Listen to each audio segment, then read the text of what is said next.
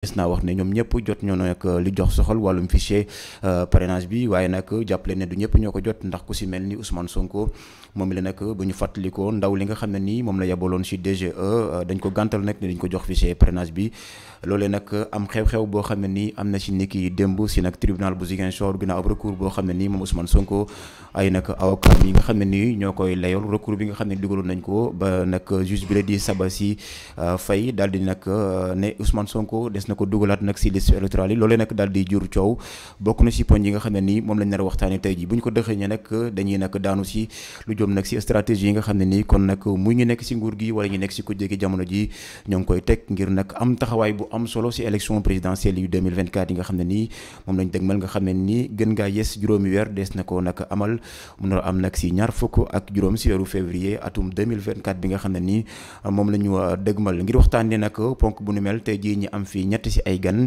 ku si mel ni Talibé Diallo moom la nag du ñàkk ñu bëri nag fañ ko gënoon nag ràññee mooy nag parti UCS bu Ablaye Baldé waaye xam nga ne nag ni ki fan yële ñu weesu nag jël na dogal daal di génn nag si nag kuréelu politique googee léegi nag mu nekk si nag Sénégal en mouvement bi nga xam ne nii kon nag ki la di Mame Boye Diao ñu fàttali ko nag bokkoon si coalition Benno Bokk Yaakaar moo nag jël dogal daal di génn si coalition bu nu mel samp kon nag kuréelu politique googee moom mi di Talibé Diallo kon nag fa la jokk jamono ji fàttali ko Mame Boye Diao moom lañ dénkoon lu soxal wàllum nag CDC ñi am fii tamit ki la di Yankhoba Mané nga xam ne nii nag moom it du fee gan nag nekk si kuréelu politique gi la di MPD liggéey bi nga xam ne nag jëriñ ji nga xam ne ni moom lañ dénk wàllum Tchad si nag réewum Sénégal di Aliou Sow moo ko jiite di nag kuréelu politique ci kuréelu politique goo xam ne tamit moo ngi bootu si coalition Benno Bokk Yaakaar keneen ki di nag Lamine Ndiaye moom la nag bokk si coalition Yewwi Askan Wi particulièrement si nag parti Pastef bi fi woon mbokk yi ñett ñi la ñuy nar a seqal waxtaanu tey wi duñ si wet nag ndax buñ demee ba si kanam des na leen mën a tijjil bu mu jokkoo bi ngeen ànd ak ñun si waxtaan wi woote si 77 439 21 20 77 439 21 20 mooy bu mu jokkoo bi ngeen di jaar ngir bokk ak ñun waxtaan wi lépp nag ñi lal ko si nag yar ak teggin ak responsabilité ginnaaw ma jox kàddu gi ki la di Talibé Diallo ma bàyyi la nga nuyoog askan wi. D'abord sama naataango yi ñu fi nekk Lamine Ndiaye bu parti Pastef et aussi suñu frère Yankhoba Mané vraiment ñi nga xam ne ñaar jeunes yu Ziguinchor ñi nga xam ne ñu ngi sont en train de se battre si biir Ziguinchor pour au moins se relever un peu le défi bu jeunesse bi donc di nuyu tamit képp kuy téléspectateur bu Génération FM et di leen jaajëfal pour invitation. merci beaucoup Talibé Diallo moom it ñu sant ko bu baax ci disponibilité bi nga xam ne nii am na ko ngir daal di ñëw bokk ak ñun waxtaan wi Yankhoba Mané ma jox la kàddu gi bàyyi la nga nuyoog ak. ok jërëjëf waaye Lamine monsieur Ndiaye maa ngi nuyu sama co-débatteur yi monsieur Talibé Diallo di sama grand di sama waay bu baax ki nga xam ne léeg-léeg ma ñaan ko service mu defaral ma ko maa ngi la si c'est-à-dire la ci gërëm bu baax a baax. te occasion am na ni ma gërëm na ci di nuyuwaale itam sama xarit Lamine Ndiaye nga xam ne pratiquement ñooy yendu chaque jour di membre Pastef di ko nuyuwaale di ko naan tam massa ci par rapport li amoon démb mais c'est comme ça la vie quoi. di nuyuwaale itam bépp téléspectateur ñëpp ñu ñuy déglu ñeneen di ñu seetaan ci différents sites yi. di leen naan yàlla lu ñu fiy jëlee tey wala lu ñu fiy waxtaanee tey mu nekk njëriñu askanu Ziguinchor parce que tey jii ñun ñëpp suñu combat mooy pour Ziguinchor la politique tey jii suñu résultat lu ñuy xaar mooy defar Ziguinchor xam naa ne loolu mooy suñu objectif principal. voilà jërëjëf Yankhoba Mané moom it ñu sant ko si disponibilité bi nga xam ne nii am na ko ngir ñëw bokk ak ñun waxtaan wi Lamine Ndiaye ma jox la kàddu gi bàyyi la nga nuyoog askan wi. jërëjëf Ibrahima. maa ngi lay sant di lay gërëm ci invitation bi. ne la franchement. kontaan naa ci maa ngi nuyu sama gars yi Yankhoba Mané comme ni mu ko waxee ñooy yendu ensemble parce que ñoo bokk école Talibé moom depuis très longtemps la quoi ami d'enfance la on a bourlingué ensemble à l'université Cheikh Anta Diop de Dakar sama techniciens yi aussi maa ngi leen di gërëm di leen sant sinon auditeurs yi yëpp aussi ñu leen di gërëm di leen sant di ne ñuy wootee tam comme ni nga ko waxee nañu wootee ci yar ak teggin ku nekk joxe sa point de vue d'une manière boo xam ne aussi ñu bëri mën nañ la ci déglu. voilà merci. effectivement moo ngi noonu kon nag képp ku woote rek si kanam des na tijji bu mu jokkoo bi ngir mën ñoo jot ci 77 439 21 20 waxtaanu tey nag juñu naa ko sànq mu soxal nag remaniement ministériel bi nga xam ne nii njiitu réew mi Macky Sall am na ko xam naa laaj bi dañ koy nag séddale suñu ñetti gan yi mu soxal déjà gouvernement bu yees bi nga xam ne nii njiitu réew mi Macky Sall taxawal na ko laaj bu njëkk bi ma jox ko ci leen ma jagleel ko talibé déjà bi nga xam ne nii biral nañ liste bi am si ñoo xam ne nii poste yu ñu yoroon dañ leen ko joxaat maanaam ndombol tànk yi ñenn si ñoom li ñu yoroon ñu jël ko si seen i loxo déjà ban njàngat ngay def si gouvernement bi yees bi nga xam ne njiitu réew mi Macky Sall taxawal na ko. d'abord xam nga rek gouvernement moom président rek moo am sañ-sañ teg gouvernement. moo am sañ-sañ tamit am confiance si nit si tel ou tel autre poste. donc moom mooy nommé donc moom moo xam pour un moment donné lan la soxla si diw donc loolu moo tax man j'ai pas beaucoup de commentaires à faire dedans parce que lu ma yaakaar moom mooy ay doom Sénégal la tabb fal leen fu mu leen war a fel peut-être que gis na ne pour telle autre mission à une durée bien déterminée def nañ ko jël leen foofu dugal leen si beneen mission donc je pense que là c'est son pouvoir discrétionnaire. Voilà Yankhoba Mané ban jàngat ngay def ci gouvernement bu yees bi parce que surtout yéen ñi bokk ci coalition Benno Bokk Yaakaar ñu bëri nee nañu ginnaaw bi ñu taxawalee gouvernement fast track taxawal fii gouvernement de combat boo xam ne nii jàpp nañu daal liñ ciy jublu mooy fexe am taxawaay bu am solo maanaam ay base politique ak yu ni mel ngir élection présidentielle yi ñu dégmal. waaw maa ngi jaajëfal sa question bi. di rejoindre sama camarade léegi lu mu wax nii Talibé Diallo. Monsieur le Président son excellence Macky Sall moom moo xam tey jii nii parce que gouvernement tam concertation la dañ ci waxtaan bu juboo parce que tey jii boo xoolee gouvernement bu mu taxawal gouvernement d'objectif la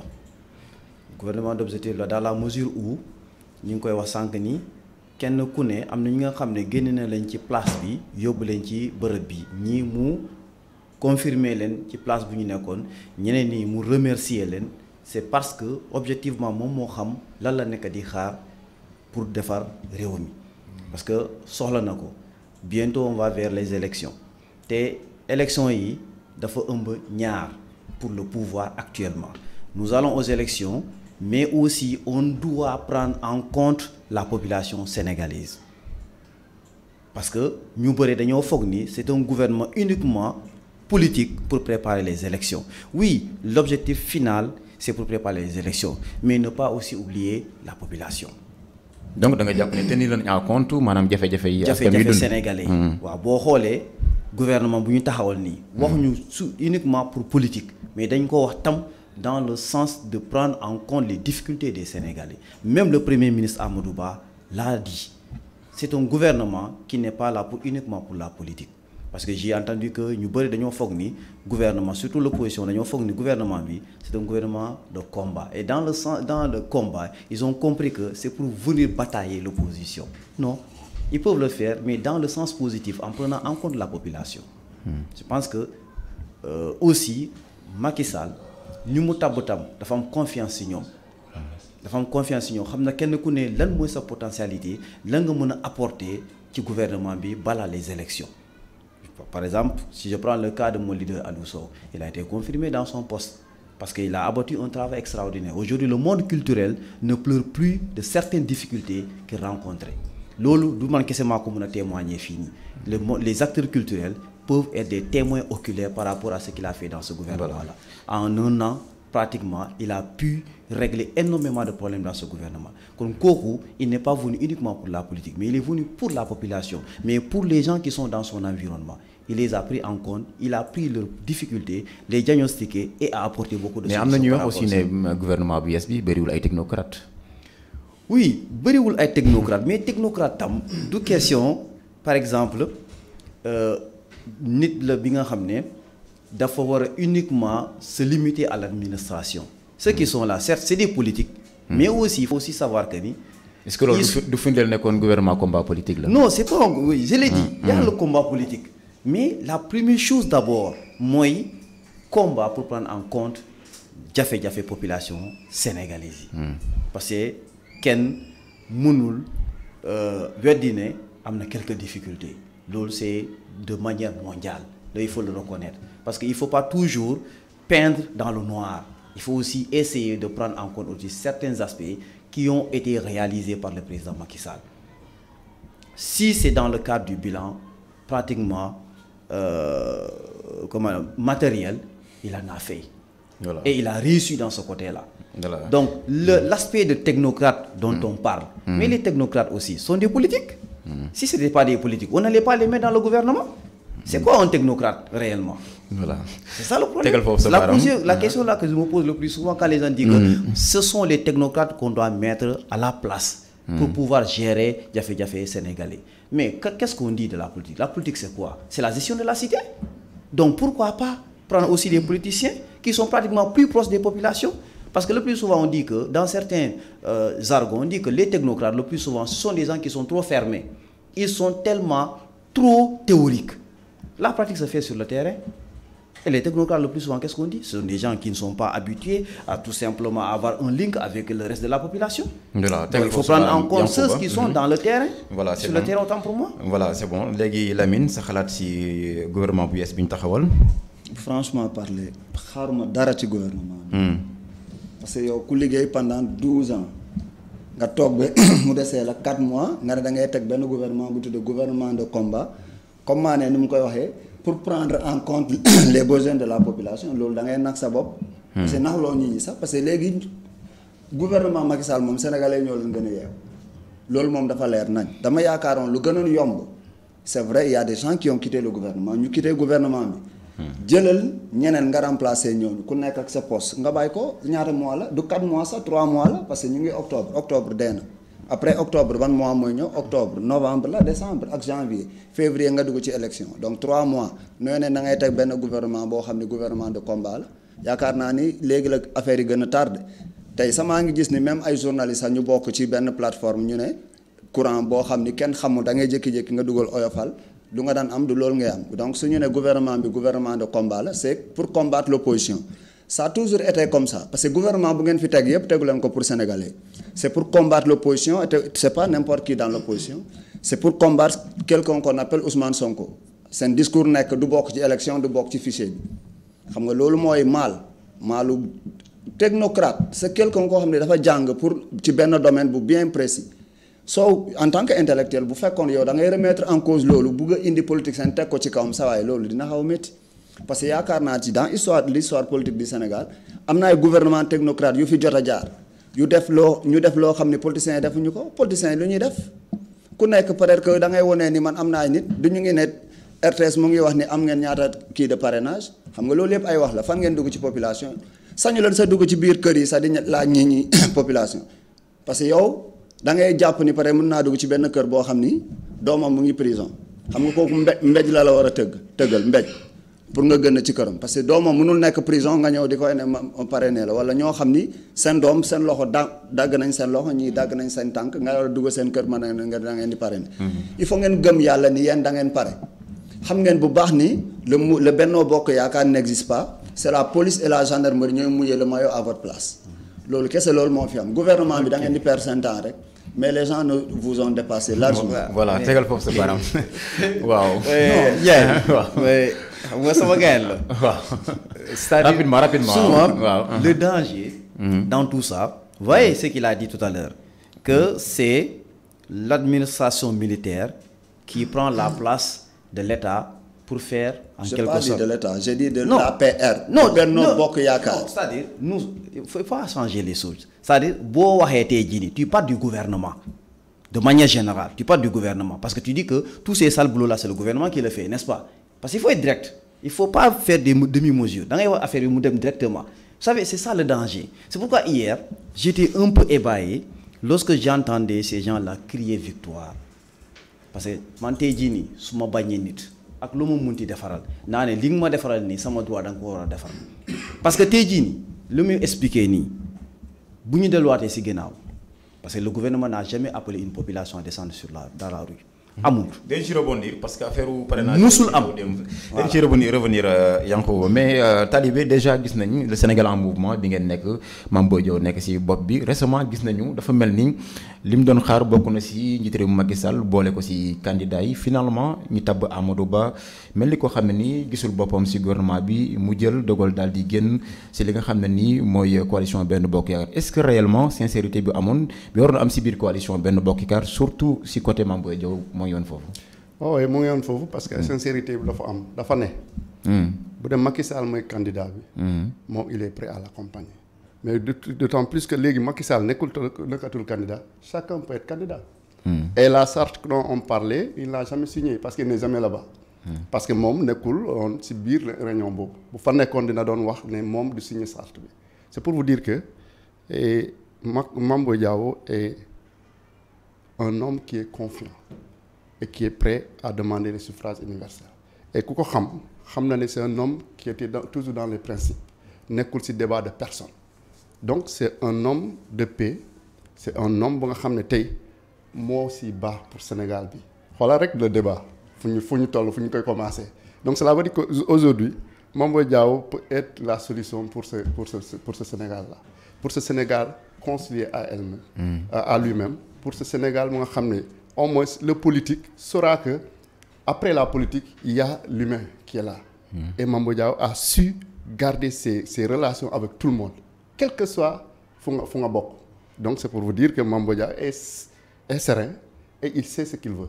Maintenant les gens sont là à lui porter des choses qu'il n'a pas dit pour lui dire que c'est un second couteau de Macky Sall ceci c'est cela c'est faux. voilà foofu sax laa bëgg ñu rebondir am na ñoo xam ne nii dañoo jàpp ne maanaam génn pratiquement moo ngi ci biir Benno Bokk Yaakaar ba tey dil la buñ teg pour second tour waajal parce que quoi que l'on puisse dire Sénégal ñoo ngi xaarandi ay deuxième tour yoo xam ne nii Mame Boye Diao bokk na ci ñoo xam ne peut-être dañuy dem ranger wu ci ginnaaw. Mame Boye Diao c'est quelqu'un nga xam ne il a toujours été franc sur ce qu'il fait et sur ce qu'il dit. et bu Francis bu amoon du doon taxaw publiquement du ne au moins moom ak Ousmane ay xarit lañ du doon taxaw publiquement mu ñëw à Bignona nekk ak Ousmane ensemble dans une manifestation religieuse donc c'est pour vous dire que loolu nit ñi dañ ko bëgg a saltel mais loolu du jàll parce que c'est un homme vraiment qui est charismatique ku xam na lu mu bëgg et puis bientôt il va sortir son livre son programme ñëpp dinañ xam lu ndax programme bi yeexul. non yeexul. pas du tout c'est parce que c'est le moment de le sortir on le sortira et on va le communiquer à toute la. ndax base politique am may na ko loolu. oui base politique am parce que ñun ñu ngi fii. à Ziguinchor ñu on est là d'autres sont partout parce que aujourd'hui dañoo ne parrainage bi il faut que nga indi au moins comment dirais-je 14 coordinateurs régionaux. et les 14 coordinateurs régionaux sont tous dans leur région sont en train de travailler. avec les points focaux. voilà moo ngi noonu kon ki la di Talibé Diallo bokk si nag kuréelu politique bi nga xam ne ni Mame Boye Diao moo ko jiite Yankuba déjà dañuy desandi si wàllum gouvernement bi parce que déjà am na ñoo xam ne nii bëri na sax ay yéenekaay yoo xam ne saa yoo xëyee dañuy gis ne dañ bind na daal askan wi ñoo ngi dund ay jafeñ-jafeñ wàllum courant bu cher bi ndox mi ak ndaw ñuy jël gaal yeeg yu ni mel dañoo jàpp ne daal peut-être gouvernement bi est-ce que réellement am na lu ñu mën a xaarandi si nag gouvernement bu yees bi jëm si jafeñ-jafeñ yi askan wi jànkonteel jamono ji surtout wàllu mbëkk mi immigration clandestine beeg yu ne nga xam ne ni ay mots la comme ça a toujours été le gouvernement a toujours eu des pensées au niveau de la population. jàpp nga ni dinañ relever défi bi alors. dinañ ko relever comme ni ñu ko yàggee relever. lii phénomène la parce que du si gouvernement Macky Sall la commencé. dañuy waxante dëgg rek. immigration clandestine bi nii commencé wul ci nguuru Macky Sall te ce n'est pas le Sénégal seulement chaque bateau qu'on intercepte ou les pirogues qu'on intercepte. Vous trouverez des Sénégalais, des Gambiens, des Mauritaniens, des Gabonais, etc., etc. Ce n'est pas seulement une affaire spécifique au Sénégal. Souvent, pourtant, quand on fait les dénombres, on montre réellement qu'il y a des Sénégalais, il y a des Gambiens, il y a des Mauritaniens. L'Olip amna ci convoi qui quitté fi Sénégal, c'est un point de rassemblement. Le Sénégal est devenu un point de rassemblement. Si on se rappelle de l'histoire, pourquoi le Sénégal est considéré comme la capitale de l'AOF? C'est dû à sa position géographique. C'est la raison pour laquelle certains migrants qui quittent l'intérieur de l'Afrique, ils viennent au Sénégal pour pouvoir avoir un accès beaucoup plus facile. On ne peut pas jouer sur la conscience des gens pour dire des choses qui sont toujours peintes dans le noir, comme je l'ai dit. Phénomène bi dafa yàgg au Sénégal. Et le Sénégal s'est toujours battu pour l'anéantir. En Gambie, si vous allez encore là-bas, c'est encore pire. Vous allez dans d'autres pays, c'est la même chose. Et ce gouvernement s'est toujours battu pour cela. Et il est en train de le faire jusqu'à présent. C'est pourquoi j'ai dit à l'entame de mes propos, pour vous faire savoir que ce n'est pas un gouvernement de combat pour contre quelqu'un. C'est-à-dire il faut qu'on enlève la personnalisation du combat politique. C'est pas bon. C'est ce qui fait que souvent, dans certains partis, comme le cas de mon ami là, si la personne, le pouvoir de la personne dépasse même le cadre du parti, ça devient un problème. Et c'est ce que nous rencontrons aujourd'hui, hein, dans le PASTEF, dans l'ex-PASTEF, je peux dire. C'est ce que nous rencontrons là-bas. Si le poids d'une seule personne, le parti n'est pas un parti personnel. C'est un parti qui est configuré sur la base de tout un chacun. Une seule personne ne peut pas créer un parti politique. Je pense bien. Si on va pour déposer un parti politique ou bien pour déposer la demande d'un parti politique, je pense qu'il y a des signataires, comme ça a été. Je pense que la notification a été envoyée à qui de droit, anéantir PASTEF, n'est-ce pas? Donc pourquoi toujours personnaliser les choses? Et aujourd'hui c'est un problème fondamental que nous retrouvons dans ce parti-là. Olof bi waaw xam naa ne yaa ngi wane ne benn historien géographe quoi la. loolu mooy problème bi. li nga bu la jëlee jëmm nit. mu ëpp dayoo parti bi rek. day indi problème. donc jàpp nga ne gouvernement bi daal taxaw nañ tembe ngir. taxaw na temb parce que boo xoolee. lañ fi indi ñu dugg barewuñu. je pense que c'est 3 personnes ñoo dugg wala 6 personnes ñoo dugg ñi limogé 3 ñi remercier leen mais c'est dans la continuité. li fa am mooy changer la génne la fi indi la fa le mot femme tous les gens qu'on a mis à la place si c'est un ministère c'est des gens qui sont dans le domaine. C'est la continuité. Où est le problème? Parler de ce gouvernement pour dire que c'est un gouvernement de combat unitaire ou bien combat contre une seule personne. Non, mon vieux, voilà. Je ne suis pas dans la... Je pense qu'il faut dire les choses telles qu'elles sont. Lamine, dégg nga ni mu ko waxee pratiquement nee na gouvernement bi voilà gouvernement la boo xam ne nii jafe-jafe askan yi moo ko tax a jóg wàllum immigration clandestine bi du gulet jamonoy Abdoulaye Wade jaar na fi voilà nga xam ne nii gënoon na fas ak yu ni mel ban xalaat nga amee si loolu. waaw xam nga man naa ne duñ ñun ñoo ko tuddee gouvernement de combat. ñoom ñoo fi génnee gouvernement fast track gouvernement bu nekk ñoom ñooy génnee. dama ne la définition que vous avez donnée du mot combat. C'est comme la fois dernière, dans notre émission dernière, on a fait un jour. La définition du mot chez les enfants, que vous avez ordonné aux enfants, descendre dans la rue, réclamer vos droits, n'a pas été bien mûri, n'a pas été bien réfléchi. Dans la mesure où, aujourd'hui, ce que ces gens-là font, au fond, c'est des gens qui ne comprennent même pas ce qu'ils sont en train de faire. Parce qu'au Sénégal, aujourd'hui, moi j'ai tendance à voir et à constater une chose. Les gens... Toujours au Sénégal, on ne demande que de droits. Et tout un chacun a un droit et un devoir dans ce pays-là. Mais on ne réclame jamais les devoirs. Il faut avoir la courtoisie d'écouter les gens.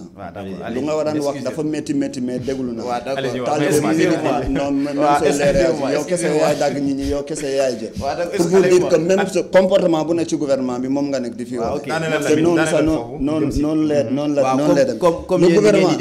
di dénigrer nit ñi daaneel foofu Lamine mu ne on y va am nañ assurance si wàllum gouvernement bi biñ taxawal ñii ne dañ jublu si jafe-jafe askan xam nga personnalisation loi Sénégal ci ñoom lañ gis ñu koy personnaliser xam nga loi yoo xam ne boo ko waxee rek ça va directement attaquer soit c'est Karim Wade ou bien c'est Khalifa Sall lay attaquer jamono ñoom Khalifa Sall ak Karim Wade actuellement c'est le président Ousmane Sonko loi boo fi génnee moom lay attaquer su fi taxawee di ne le parti naka la tuddee parti bi du affaire benn nit yaakaar naa boobu ñooñu lañ ko war a wax parce que le parti Pastef quand le parti Pastef se crée Ousmane Sonko n'était pas présent pour l'histoire ñun dañuy cotiser pour parti du benn nit moom parti bi boo xam ne bu ko neexee sa mu génnee la ci parti bi le Pastef ne fonctionne pas comme ça yow en tant que intellectuel soo fi taxawee ma laaj la sax ma ne lu tax nga ne ex Pastef foo koy teg parce que au moins ay sénégalais lañ am nañ droit ñu def recours donc loo xam ne demul ba fin bul nangu affaire politique mu yóbbu la en tant que intellectuel nga bëgg ne ex Pastef gouvernement boo ko tegee c'est pour tout simplement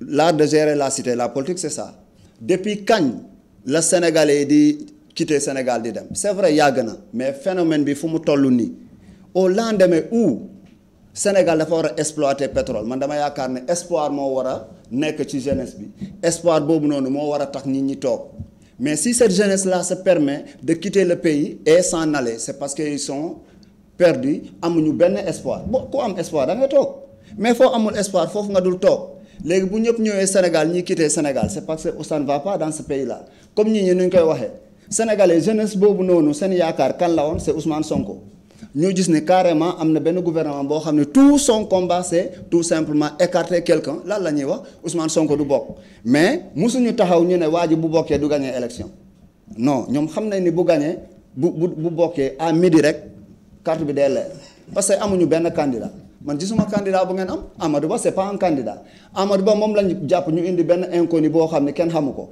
ku tudd Jamil Sané ñu yóbbu ko Parcelles Assainies Jamil defal ko bagage taf rek kan moo xam Jamil Amadou Ba boobu koo xam ne Macky Sall sax yéenewul Amadou Ba le pouvoir koo xam ne yéenewuloo ko mu nekk maire Dakar man gëw ma ni di nga ko yéenee pour mu nekk le président de la République du Sénégal moo fi saison rek ngeen jël ko moom moo fi saison ngeen jël ko.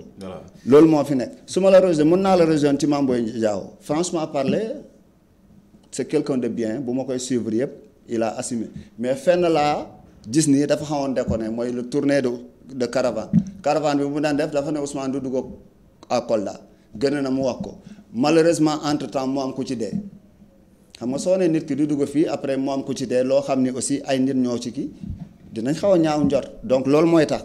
te quelqu'un qui était dans le gouvernement de Macky Sall gisoon naa mu dem stade mu def benn vidéo mu ne dañ ko ci tere ñun amuñu commentaire bu ñu ci def parce que bu ñu ko daan def waa Pastef mosu ci wax bu ñu ko daan def sénégalais yi mosu ci wax donc bu ñu ko tegee tam ñun duñ ci teg dara moom moo ci nekkoon. lenn tam moo am entre ñoom peut-être que buy puiser aussi je ne pense pas que muy puiser dans la naka la tudd ci électorat bu Pastef.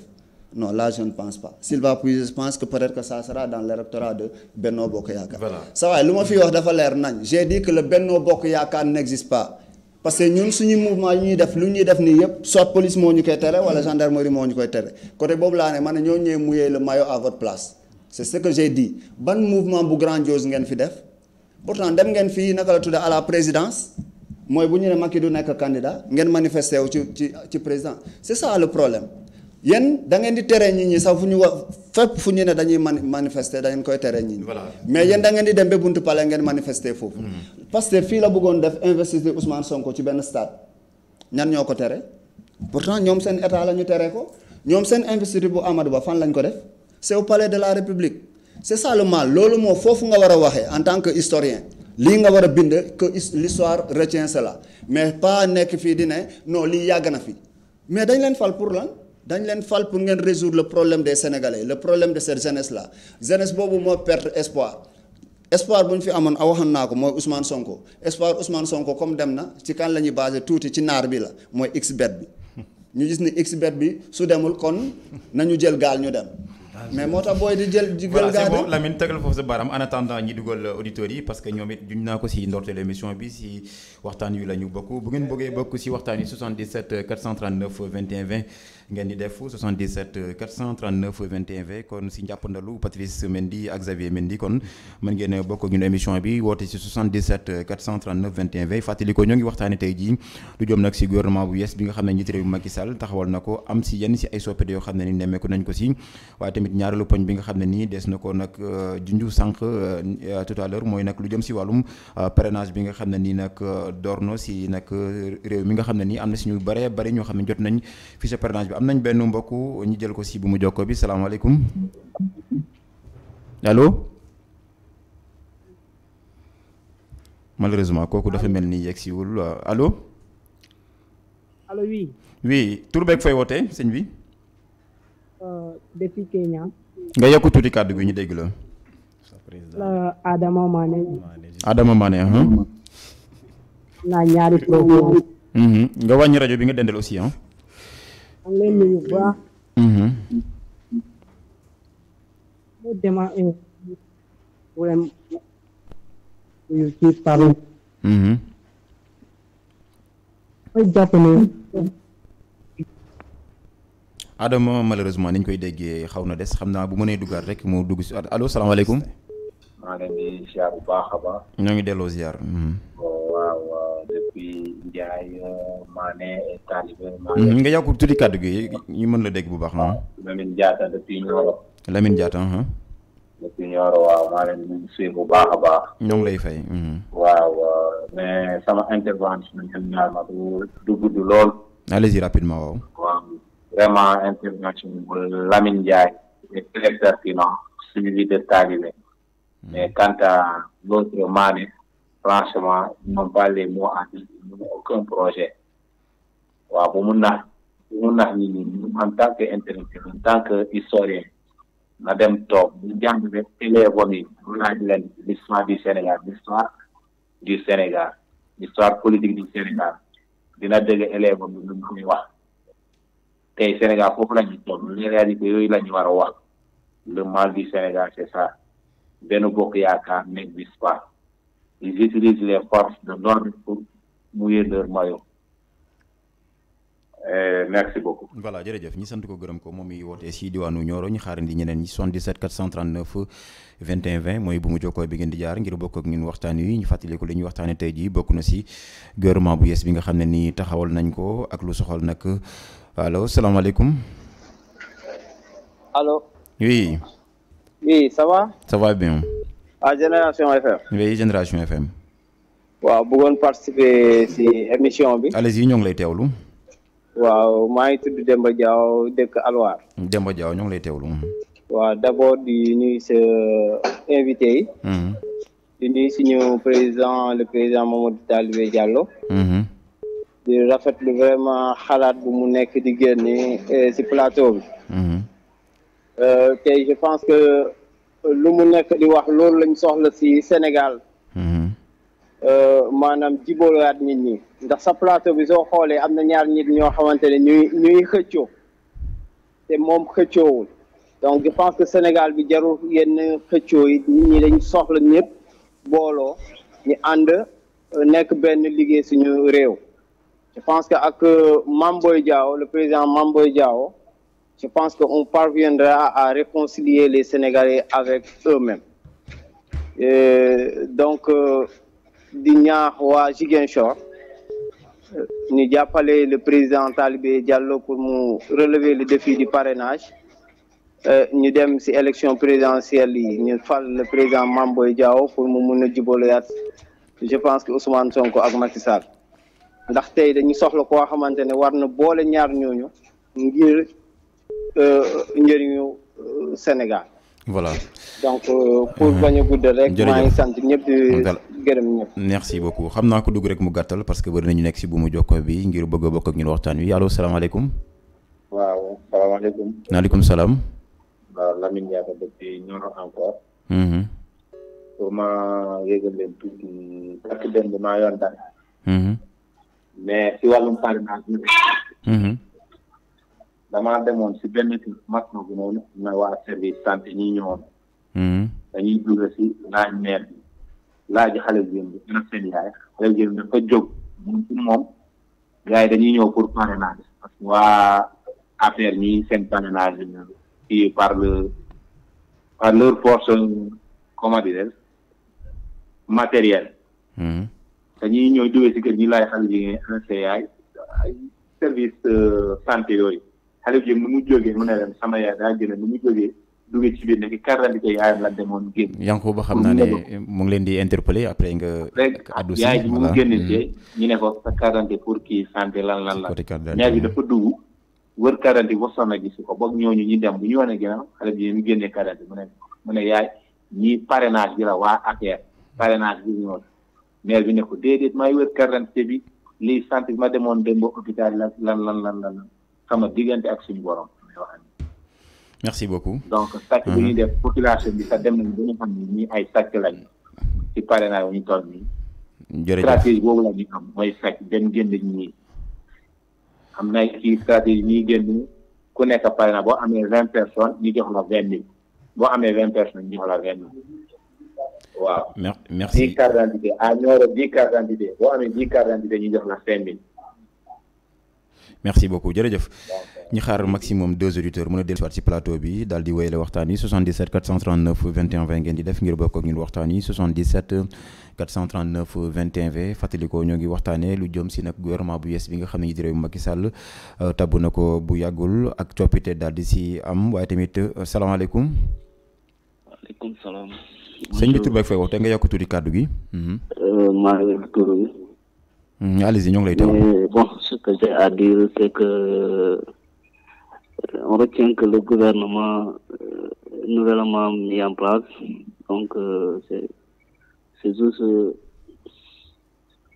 c'est juste un gouvernement qui n'a pas de sens.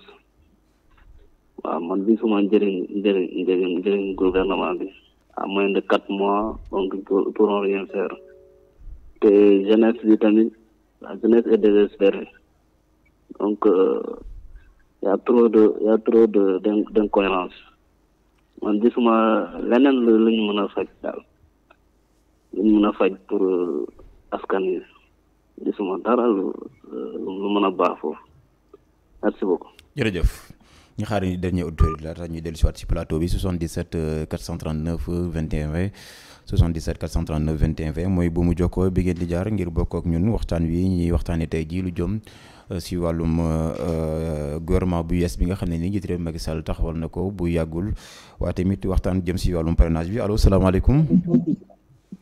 salaamaaleykum. maaleykum salaam. kooku malheureusement ay si voilà dafa mel ni bu mu jokko bi am na jafe allo. waaw suñu ñu ngi ziar bu baax. ñoo ngi delloo ziar.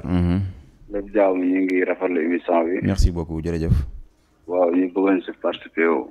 allez-y ñoo ngi lay teewlu. waaw waa affaire moom wax dëgg yàlla. góorgóorlu nañ ba tàyyi. waaye nag durant biñ toog.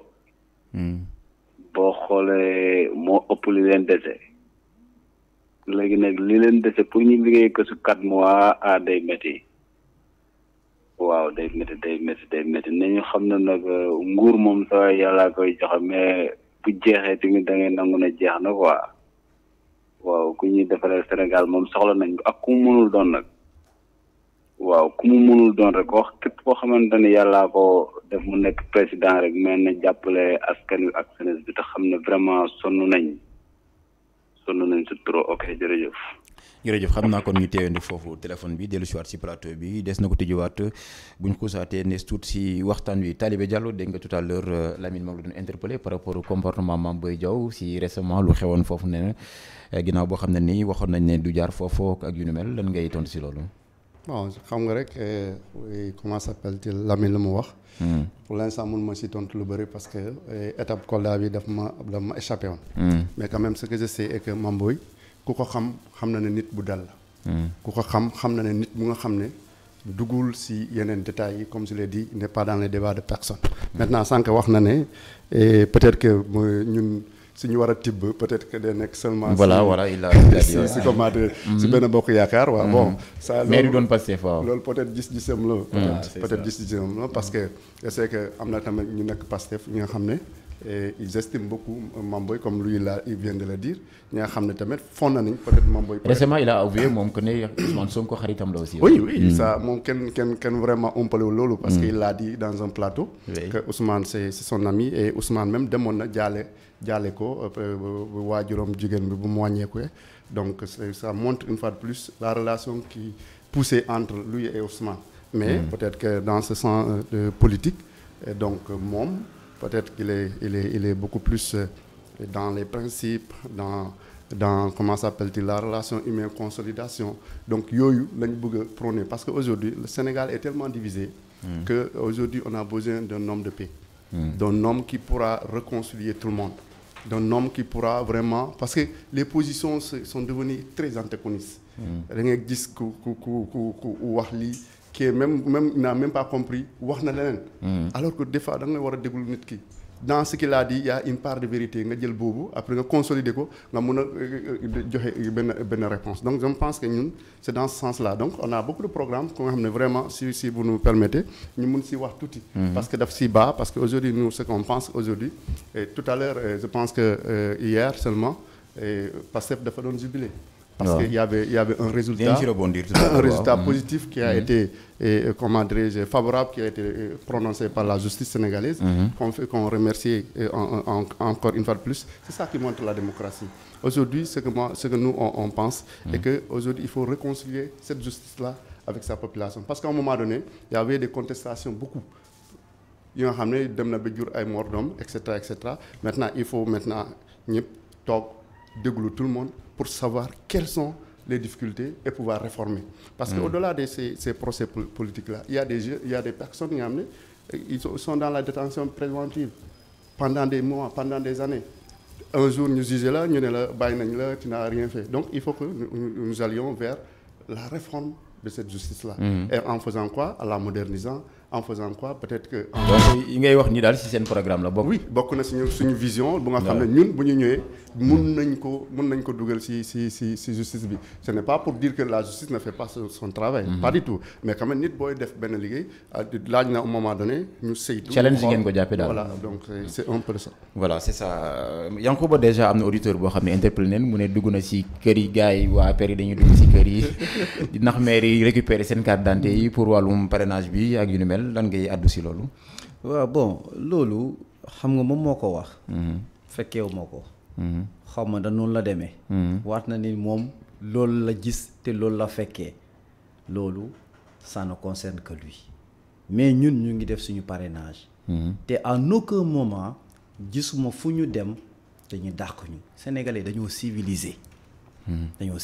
dañuy waxante dëgg si vous voulez amener les gens indi nit ñi ci ay acharnement wala ku fi ñëw bu dee APR la bokk acharnez-vous sur lui c'est dangereux loolu c'est très dangereux doo leen mës a fekk fen ñu ne APR moo fi ñëw en tout cas man nekk naa biir Ziguinchor maa ngi fi ba léegi parrainage yi ñu ngi koy def musuma fekk fen wala musuma dégg fen biir Ziguinchor ñu ne APR ñëw na fa ñu dàq ko musuma koo dégg.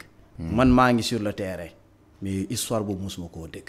nit ñi dañoo civilisé. boo ñëwee nit ki loo koy wax damaa ñëw pour parrainage pour le compte de qui? Du président. D'autres acceptent, d'autres n'acceptent pas. C'est ça la démocratie. On ne peut pas obliger tout le monde à aller parrainer. Si nga parrainage bi boo xoolee dafa am principe bu fa nekk. Je pense que c'est par région. dafa am nombre bu ñuy laaj et nombre de régions bu ñuy laaj. boo fooree fii kii foor fële. Je pense que c'est ça. Un exemple est là. Pendant les élections présidentielles ou bien d'autres élections, on dit que voilà, l'opposition a gagné tel contrée, mais le pouvoir a gagné d'autres contrées. xam naa ne bu xel di xalaat yenn yi sa jarul di ko wax. parce que musuñoo dem rapidement. waaw musuñoo dem ba ñu ne APR ñàkk na parrainage. musul am man mii yi élection yi passé élection mairie yi passé le MPD liggéey de Aliou Sow nous étions le premier parti au Sénégal à déposer son parrainage à déposer sa caution bu fekkee ni daf maa weddi mu dem xool ci au niveau de la DGE vous trouverez le nom de MPD liggéey du professeur Aliou Sow mooy premier parti politique bu déposer son parrainage.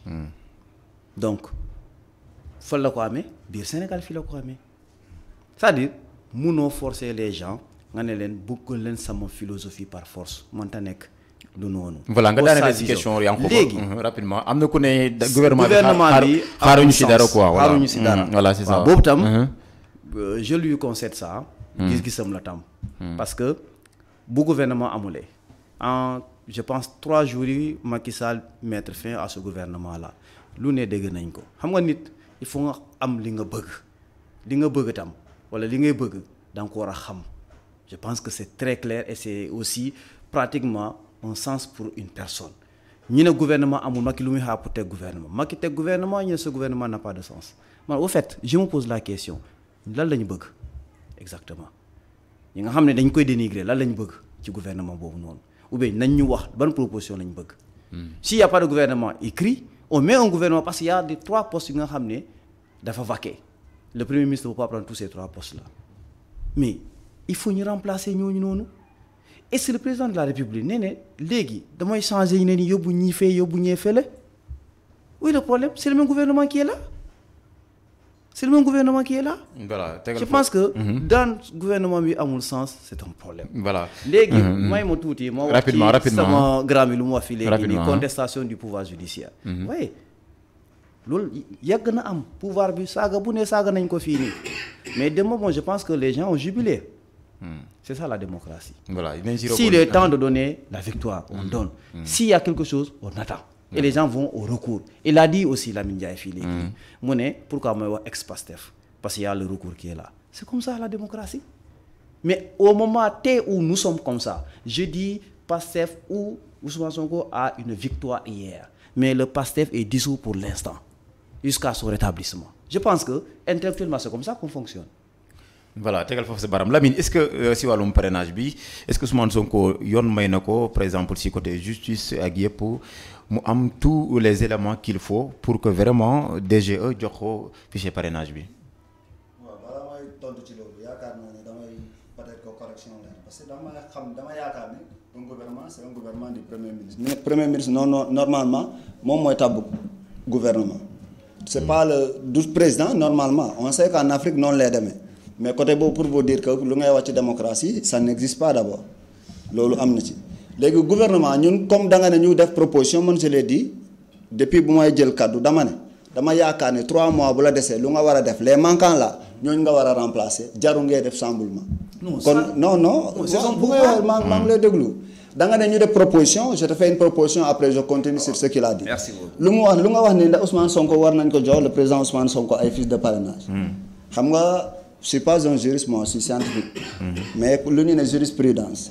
Karim Wade bu mu fiy jaar fii yaakaar naa il avait les mêmes problèmes contentieux avec la justice sénégalaise mais est-ce que dañ ko terewoon jox fiche de parrainage terewuñu ko jox fiche de parrainage pourtant jox nañ ko fiche de parrainage mu dem parrainer ba am ay parrain bu mu déposer conseil constitutionnel pour la validation de sa candidature ci lañ ko invalider Khalifa Sall même chose donc pourquoi loolu duñ ko jox Ousmane Sonko c'est ça le problème moo tax moom bu fi taxawee bu ne il n'est pas du question ñu personnaliser le débat wala personnaliser des choses on personnalise des choses parce que yow ce qui est valable pour Karim Wade qui est un citoyen comme tout le monde peut-être que il n'est pas plus citoyen que Ousmane Sonko parce que peut-être que moom am na double nationalité te xam nañ ni absence am fii nii quelqu'un qui n'a jamais quitté ce pays là ku def fii yëpp nga bëgg a ne kële nu ngay considérer kële sax moom doo ko considérer noonu est-ce que ñeen nañ ko nangu parrainage boo ñëwee yow journaliste nga ñun yëpp ñu ngi fi mais kenn sentirul parrainage sur le terrain da ngay wax rek mais parrainage bu ñu daan xam jamono bële ngay dajee ak ay nit ay groupe ñuy dugg ci ay kër wala ngay daje ak ñoom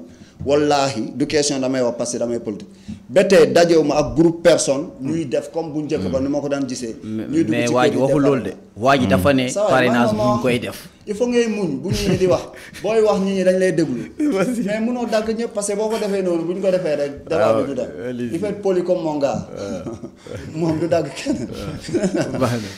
donc Lamine da nga jàpp ne Ousmane Sonko. franchement tous les éléments am na ko. non am na ko. je dis xam nga Sénégal lañ ne comme li mu wax ne jubilé bu ñuy wax ni mais bu ñu jubilé loolu gàcce la ci ñun franchement parler dama yaakaar ne c'est comme un enseignant moom bu demee jël salaire am sa banque nga jël sa salaire nga jubilé mais loolu mooy parce que yow doo jël sa salaire mais bu fekkoon la justice est rendue au nom du peuple chaque fois nga yaakaar ne bu ñu rendre la justice au nom du peuple on va jubiler du ñu jubiler mais dañoo gis ni à chaque fois dafa mel ni Ousmane Sonko c'est quelqu'un qui n'a jamais le droit amul droit Sénégal même recours am pourtant conseil constitutionnel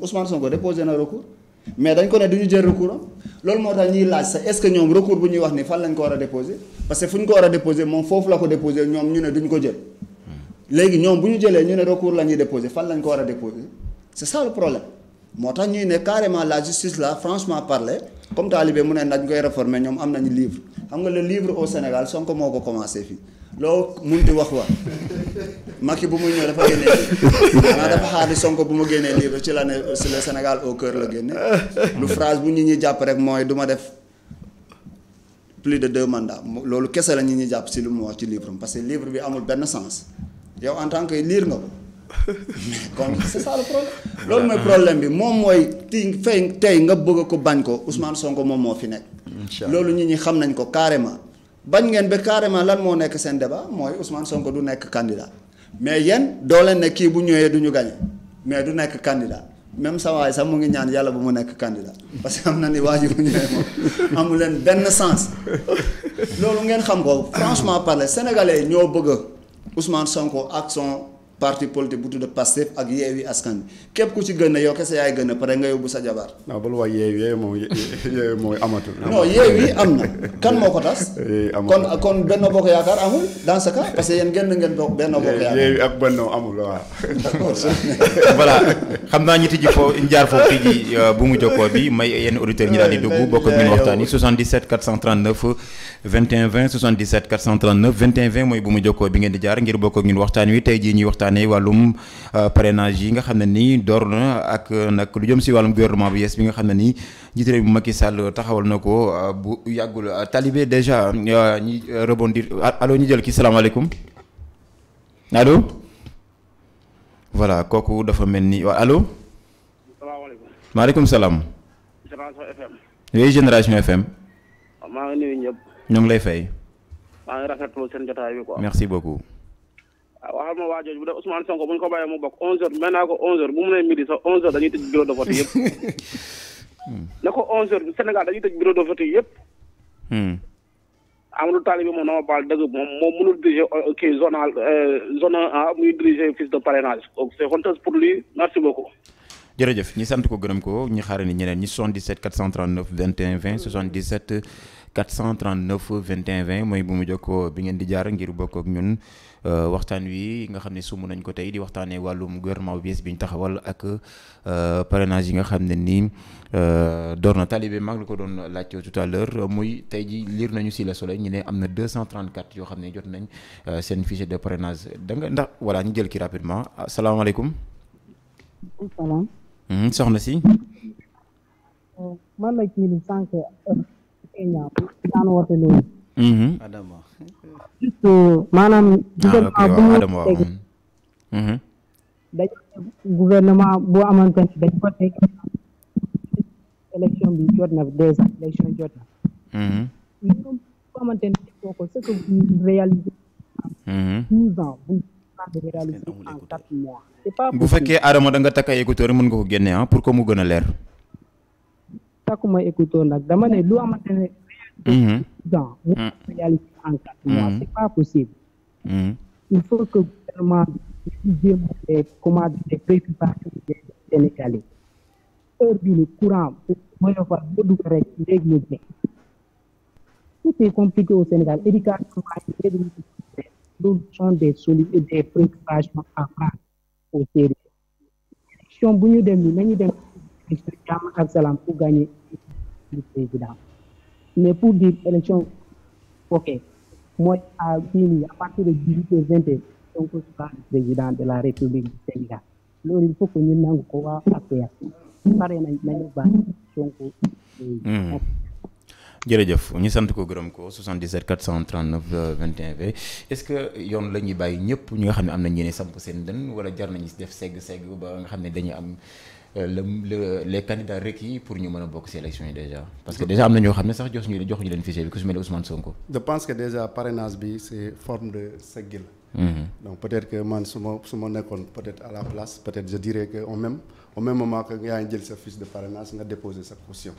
pour aussi encore corser les segg bi quoi parce que déjà 200 candidats 234 candidats déjà c'est très difficile. C'est énorme. Déjà ça va coûter très cher à l'État du Sénégal mais aussi ça va coûter très cher en énergie aux populations.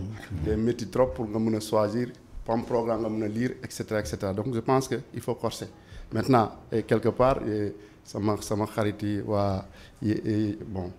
Yewwi ak Benno. je sais Yewwi moom existé wul peut-être Benno qui est en train de boiter encore. Donc c'est pour vous dire que yéen déjà pour le parrainage je pense que le parrainage des élus est déjà acquis pour les deux coalitions, pour les deux formations politiques. Ça, c'est clair. Je pense que aussi il ne faut pas que les gens pensent que il faut forcément aller vers le parrainage citoyen parce que aussi il y a des partis ramenés comme nous qui venons d'arriver qui ont besoin des citoyens, on va aller parler avec les élus. C'est le parrainage des élus. Oui, mais vous avez la possibilité de prendre le parrainage des élus. Ils ont catégoriquement peut-être que s'ils étaient à la place de la DG, c'est de dire tout de suite que bii nga choisir c'est définitif. Que ça ne soit pas après nga choisir lii nga dem ba si biir nga teg loolu nga jël beneen. Donc il faut que loolu tamit mu leer déjà présent pour que tout le monde sache que bu dee Benno dafa jël parrainage des citoyens que c'est seulement le parrainage des citoyens que la mën a déposer bu ko motalul donc boobu donc il sera recalé. Mais il faut pas tey mu dem si parrainage des citoyens parce que mu demaat après mu gis ne il a des difficultés et cetera mu indi parrainage des élus bu boobaa il va pénaliser certainement d'autres partis qui devaient pouvoir avoir le parrainage. Maintenant nous sommes dans le parrainage et nous sommes en train de se battre et on fera tout pour avoir le nombre requis à Ziguinchor et même plus. D'accord moo ngi noonu Yankuba xew-xew bi am démb xam naa nga tëjuwaale bu mu jokkoo bi ñu xaar ne yéen auditeurs yi si tribunal bu Ziguinchor déjà am na ñu bëri daal dañoo jàpp ne. juge bi donc li mu def ko jaarale yoon si geneen wàll gi gis nañ avocat yi layal nguur gi ñu jàpp nañ ne soow mi am na lu si ñuul loo xam ne daal jàpp nañ ne verdict bi daal mënoon na ko xoolaat déjà. waaw surtout le fait que juge bi moom dafay sàkku ñu dugalaat Ousmane Sonko ci liste électorale bi mais ñi nga xam ne avocat nguur gi ne ñett du ci dal. waaw xam nga kenn ku nekk sa compétence la. man li jëm ci wàllum juge bi mun ma cee sori. tu sais pourquoi. je l'ai toujours dit à mon ami ma ne ko man dama am ay limites ci wàllum justice je ne suis pas comme ñeneen ñi ñu koy defee. li nga xam ne maîtriser woo ko rek bëgg ci enfoncé wu di wax li nga xam ne. xamoo ci benn connaissance. verdict bi daanu li ma ci mën a wax mooy verdict bi daanu na. le juge Sabassi Faye a décidé de demander à la DGE de réinscrire ou bien de retourner Ousmane Sonko sur les fichiers électoraux. Bien li ma ci jéem a gestu tuuti mooy. jéem naa dem xool xam nga lu ne bala nga ci àndu il faut nga am dañ ci wax xool d'abord damaa xool au niveau de l'article 37 du code électoral am na lu ma ci gis xam nga tey jii nii ñu ngi wax compétence ou non compétence mais il s'est trouvé aussi que ni li Samba si def moi je lui concède ça loolu yoon moo ko may moom moo décidé ndax moom mooy juge mais nag compétence bu nit ñi di wax mooy ni que est-ce que la radiation de Ousmane Sonko sur les fichiers électoraux doit se faire sur la base de l'adresse électorale ou bien ça doit se faire sur la base de l'adresse de résidence? C'est la question que je me suis posée par rapport bi ma déggee loolu noonu. Bon, il y a tout un tas de problèmes yi nga xam ne même ñoom sax seen avocats yi ñu ngi ko doon wax démb sur les plateaux ni la question reste beaucoup à élucider. C'est pas moi qui ai dit ça ñoom seen avocats ñoo taw plateau démb seen TV ñu koy wax moo tax ma ne c'est une question qui mérite à réflexion. Il faut nit ñi xalaat ci bu baax a baax man je n'ai pas à dénigrer ce verdict là wax naa ko loolu du ma ci dugg détail justice moom nañ ko bàyyi ak justice bi. mu liggéeyantee ko. lu ci munti nekk rek nit ñi war nañu xam ni loolu moo am la preuve. Est-ce que ñoom ils s'attendaient démb ak loolu noonu mais démb gis nañu pratiquement tout au début on a entendu toutes sortes de problèmes ni juge bi c'est un proche de Ousmane Sonko. des versions dina ci tontu tout à l'heure waaw. loolu waaw xam nga nit ñi wax nañ ko. te ñoom loolu tam duñ ko nier. Moi je ne dis pas qu'il y a un lien de parenté amul parce que Maître Clédor Rossi a dit que amut loolu amul fenn il a clairement dit ça mais le gars Sabassi je pense que c'est son frère. C'est un ami au chargé des ressources humaines de la mairie de Ziguinchor bon yooyu détail la nga xam ne justice bi moo koy élucider mooy yooyu itam mun ma ci enfoncer wu de trop parce que nit looy wax rek da nga ko war a maîtriser yow du ma ci dugg mais je sais que bel et bien que le gars qui est chargé des ressources humaines de la mairie de Ziguinchor est un proche collaborateur est un ami au frère du juge Sabassi Faye de Sébassor. voilà tegal foofu Lamine déjà mais li ci des moom Clédor Rossi nee na Clédor Rossi moom nié na loolu un autre avocat aussi a nié cela et c'est ce qui est logique loolu moo am tam voilà Lamine tey jàng nañu c'est maître qui di Saïd Larifou mu ne le combat sera très long est-ce que ça veut pas dire que ne donc dafa mel ni li ñuy jiiñ avocat bi nga xam ne ni wala juge bi nga xam ne ni moo joxe verdict bi dem dafay jëm si ne mbir mi am na loo xam ne ni waras na koo mën a xoolaat tamit. xam ne yaakaar naa ne yaa ngi may rejoindre. yàgg naa la wax ni gouvernement bi depuis ci njalbeen le seul combat c'est combattre une seule personne qui s'appelle Ousmane Sonko. amul y a pas à chercher de midi à 14h. taluñu population taluñu kenn le combat sera très long ñi yaa ngi souffrir yow xalaatuloo ni nu ngay defee pour wàññi au moins les quelques mois qui te restent là nu ngay wàññi la souffrance de la population mais le combat sera rude et le combat sera très long parce que c'est Ousmane Sonko nga bëgg a tout simplement éliminer ci fiche électorale. xam nga ce qui n'est pas logique. et ce qu'on dit si lien de parenté entre. non dinaa ci ñëwaat xam nga ce qui n'est pas logique ak li ma yaakaar. on parle des élections yéen a ngi wax ex-Pastef kan moo ñu dissoudre mun naa la may nga tontu ma foofu après ma continuer ku dissoudre Pastef. ku dissoudre Pastef. waaw c'est la justice. xam nga yaa ngi tooñ du justice c'est Antoine Diome la du. non man justice dama la ne. non damay ne bu dee justice la da ngay dem tribunal déglu ma la non foofu laa la may kon tontu nga ma c'est bon foofu laa bëggoon xam. ndax c'est la justice. comme yow nee nga ma justice c'est pas la justice. Antoine Diome moom moo ko def. waaw kooku du justice. may naa la ko voilà bu dee justice la da ngay dem taxaw ci kanam tribunaux yi. nga lay comme dëmb nu mu demee. c'est pas comme ça c'est un adversaire politique moom moo dissoudre benn parti politique boo xam ne daf ko daan sonal xam na ni carrément. te le combat là vous allez perdre le combat là parce que le combat là naturellement vous perdez le combat. Une question. Non, non, après, mën nga me poser question, ouais, je vais répondre. D'accord. Il n'y a pas de problème, pose-moi la question, je vais te répondre. Non, dama la laaj. Antoine Diome, c'est qui exactement? Antoine Diome, c'est un élément de l'APR. non je ne dis pas un élément quelle est sa fonction ma loolu laa la laaj. ministre de l'intérieur la. ministre de l'intérieur bu bokk APR.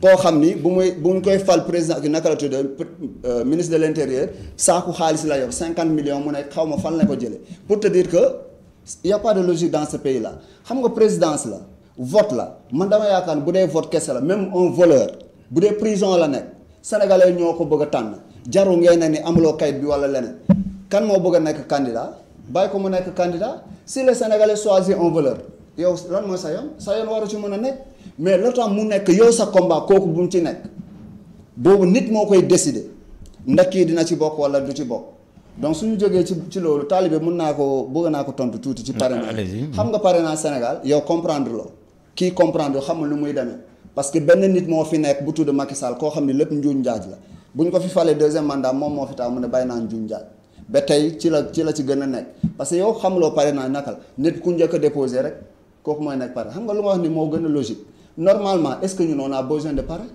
yow yaa ngi am ay député yaa ngi am ay élus locaux est-ce que soxla nga parrainage soxla la normalement yéen lañ war a bañ ñeneen ni mais yow comme foofu nga bokkoon mais c'est ton problème yàlla bul am parrainage sax loolu laa lay ñaanal nga subir ko nga xam ni carrément lii la ñuy yàgg a subir am na lien de parenté entre le juge ak le adjoint au maire ak c'est kii ressources humaines la gère effectivement voilà Sayer Faye la tudd que les grands frères am la mais xam nga ne du Sayer Faye moo indi Sayer Faye n'a pas de compétence pour mu indi juge bi à Ziguinchor kan moo ko affecté fii est-ce que Sayer am na compétence pour affecter grand frère am kooku ñëw Ziguinchor kii fan la nekkoon du Koungheul la nekkoon je pense ñu jëlee ko Koungheul indi ko fii léegi Dakar la nekkoon lu ko jëlee Dakar yóbbu ko fële na le peut-être xam ngeen ko mu ñëw fi il y a des juges qui sont indépendants yàlla daf ñu jàppale ñu tombé ci genre juges yooyu noonu parce que ay mais affaire Adji Sarr Ousmane Sonko lan ngeen fi waxoon problème viol lañ fi waxoon fan la mujjee Mame Mbaye Niang koo xam ne ñëpp dañ ko fi cité ci 29 milliards ba xale yi di koy woy sax def ko Samson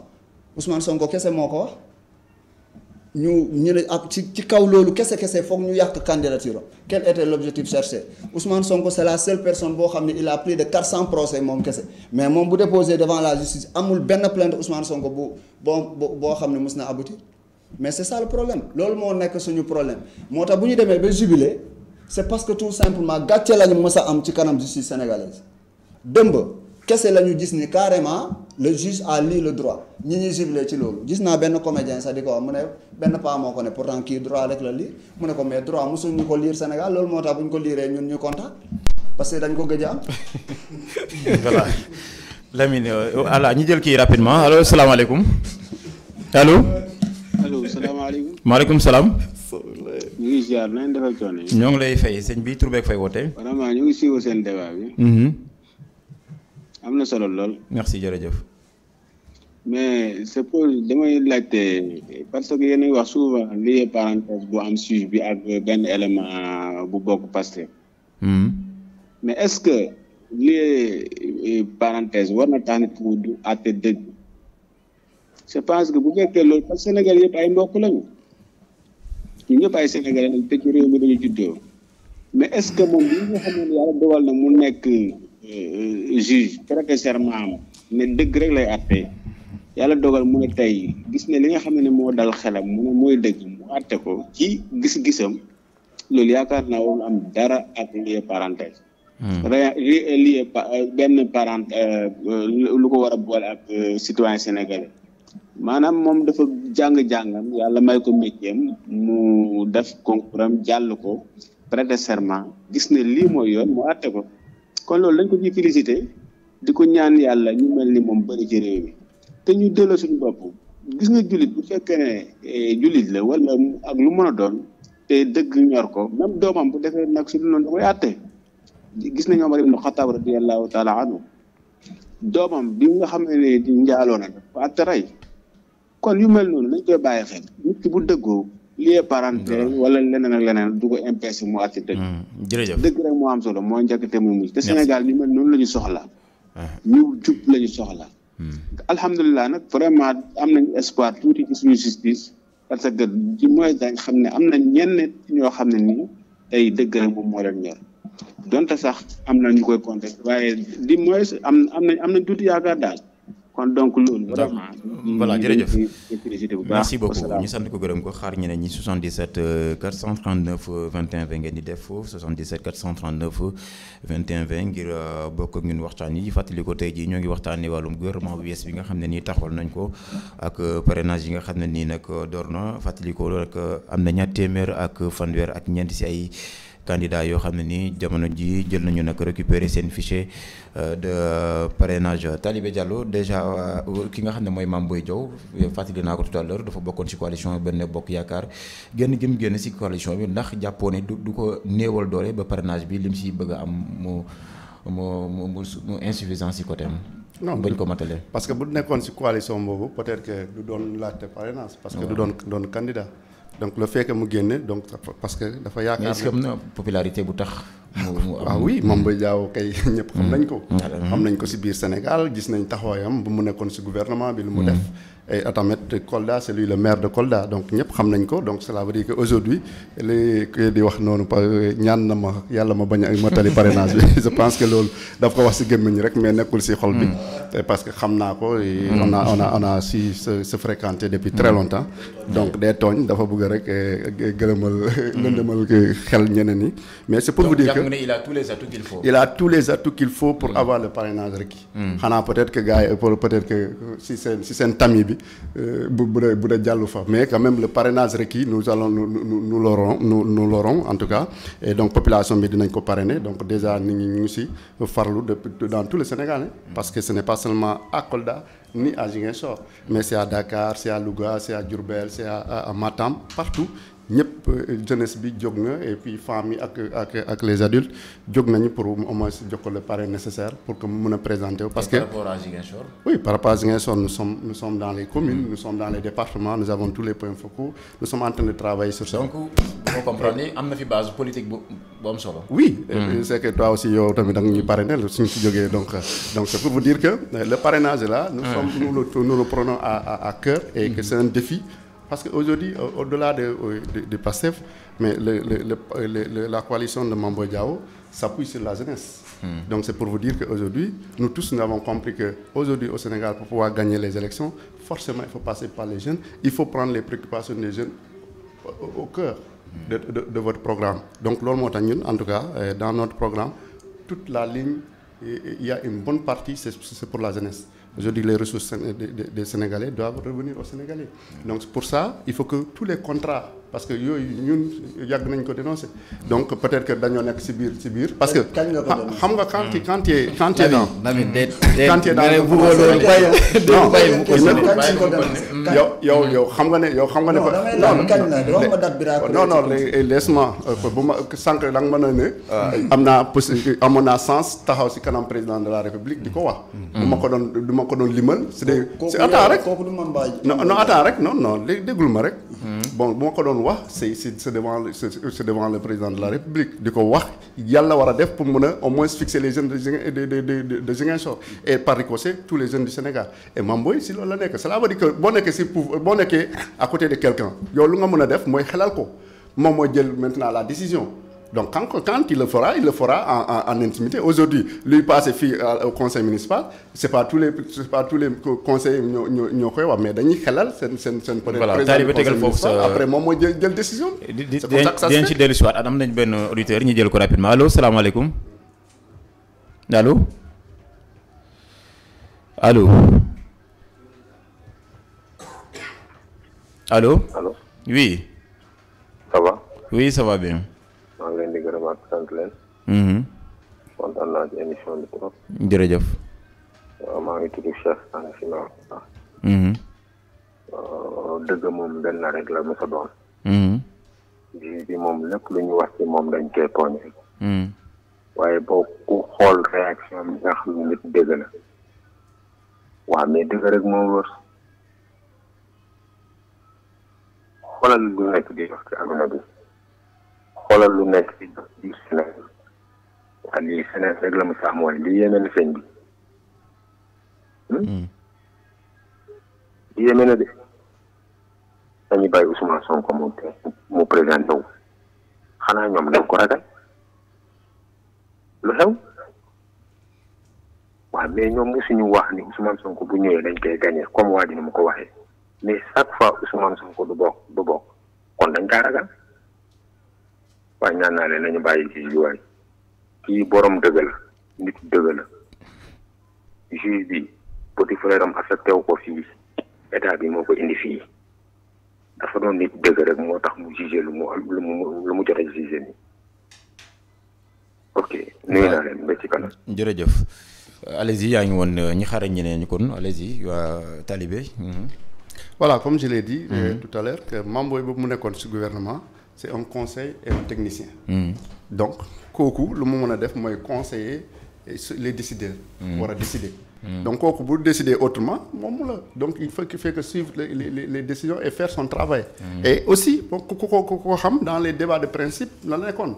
dans les plateaux partout donc c'est pour vous dire également pour wax tuuti ci juge bi pour man aujourd'hui c'est parce que on a la confiance rupture de confiance moo am entre population bi ak justice de telle sorte que on ne voit même pas le juge on voit la personne ñëpp ci personne bi lañ xool alors que nit ki mun naa nekk xarit ak à l'autre là comment s'appelle-t-elle à Lamine et que dëgg bu jotee ma wax ko dëgg ou bien su ma solee sama mbubu bu nga xam ne boobu c'est pour tout le monde mu xam ne lii c'est parce que c'est pour tout le monde loolu moo tax ma wax lii donc il faut que nit ñi def la part des choses entre le juge et la personne lambda bu nga xam ne moom différent na ak juge bi mu nga xam ne am na relation yoo xam ne daf koy préserver donc si les gens n'arrivent pas à faire cette dichotomie sur les choses dina indi ay difficultés loolu moo tax finalement dañuy dem ba outil c'est comment ça s'appelle sa vie privée pour mun a ñëw juger teg ko ci table donc il faut que nit ñi bàyyi loolu ñu xam ne nit ki bu solee sa robe c'est un juge bu nekkee ci leneen c'est quelqu'un d'autre et il a des relations de familiales qui doivent pouvoir préserver. Voilà Yankuba am na ci ñoo xam ne jàpp nañ ne souvent am na yenn candidats yoo xam ne ci parrainage bi rek dañ leen di éliminer surtout bu ñu jàppee ne xaw nañoo am benn poids électoral surtout le cas de Bougane moom ay yoon day génn mu ne gouvernement bi daal fi mu koy xaar rek mooy parrainage yi ñu daal di koy éliminer te sax duñu àgg ci élection yi. xam nga. kuy def show. ak lu ñu bind du benn de. parrainage bi je te donne un seul exemple aujourd'hui on a 234 candidats. Pratiquement déclarés candidats. boo jëlee le nombre d'électeurs ou bien la population du Sénégal nombre d'électeurs boo ko jëlee. nga boo ko partager solo lu ñu leen demandé est-ce que xel mën naa nangu ni ñëpp dinañu motal parrainage. voilà xaar ñu jël ci rapidement avant ngay continuer foofu asalaamaaleykum. nuyu naa la ngir ko bi yéen ci jàmm. Ndeye ça va sëñ bi nga yokk tuuti kàddu gi ñu mën a dégg bu baax. naka yi tey yéen ci jàmm. ñoo ngi ci jàmm. alhamdulilah yàlla sant yàgg. maa ngi nuyu waa kilifa rajo bi bu baax di nuyu mbokk yi foofu ñëpp di rafetlu waxtaan bi ngeen di amal. waxtaan bi am na solo bu baax. ñoo ngi lay fay. waaw waxtaan bi neex na am na solo. loolu rek laa amoon lu ma doon wax. waaw ñu ngi kontaan bu baax di rafetlu bu baax ànd bi ak yéen. jërëjëf. waaw. merci beaucoup ñu sant ko lu ma doon sant ci kàddu. jërëjëf. waaw waxtaan bi moom neex na am na solo. waaw. jërëjëf. yàlla liggéey bi gën a jëm kanam. amiin. waaw merci beaucoup loolu rek laa am lu ma doon sant kàddu. merci jërëjëf voilà ñu xaarandi kon ñeneen auditeurs yi allez-y. waaw maa ngi koy wax sànq ma ne. imaginez 234 candidats. am na le nombre de parrains bu ñuy laajte. boo jëlee population bi pour les électeurs nga jël population Sénégal bi est-ce que loolu sax bu ñu ko partagé entre le nombre de candidats la dina doy te nous sommes à 234 d'abord. des autres sont dans la touche d'abord attendant pour revenir encore dans la course. c'est devenu un problème tout le monde ne peut pas avoir le nombre de parrainage exact lu ñu soxla mënuñu koo am. y a des gens qui ne parrainent d'ailleurs pas. donc da nga jàpp ne parrainage bi amul segg. amul segg. ku mérité rek lañ koy jox. et puis c'est là kii lu mu maa ngi rejoindre Talibé sànq lu mu wax nii. man je l'avais une fois dit dans un plateau pour corser pour bañ a am lii yëpp bañ a am parce que am na yi nga xam ne sax nit ñi xamuñu leen sax xamuñu leen c'est des gens qui sont venus tout simplement parce que papier ngay déposer rek nga dem ça ne coûte absolument rien mais ça coûte excessivement cher pour l'État du Sénégal. yaa ngi dégg léegi loolu noonu bu fekkee dañoo imposer woon naan képp kuy déposer parrainage képp ku déposer sa candidature voilà somme bi lañ leen di imposer. je pense que heure bi nii du ñu egg sax 20 candidats wala 20 déclarations de candidature ñëpp mënuñoo am parrainage ça c'est impossible y a des gens yi nga xam ne sax am na ay régions yi nga xam ne xamuñu leen amuñu fa sax représentant dañuy sóob nii rek am na ay candidature yi nga xam ne dama koo dégg mais loolu ay sabotage la loolu cinéma rek la ñuy def c'est-à-dire nit ñi mën a dégg seen tour c'est juste pour ça boo calculer seen parrainage 1000 parrains sax mënuñu koo am duñ ko am c'est impossible Ndiaye loolu xel xalaatu ko sax. voilà loolu mënul nekk. c'est du sabotage. franchement c'est du sabotage. voilà donc nous sommes arrivés à un certain moment où nga xam ne loolu aussi il faut des réformes par rapport à cela.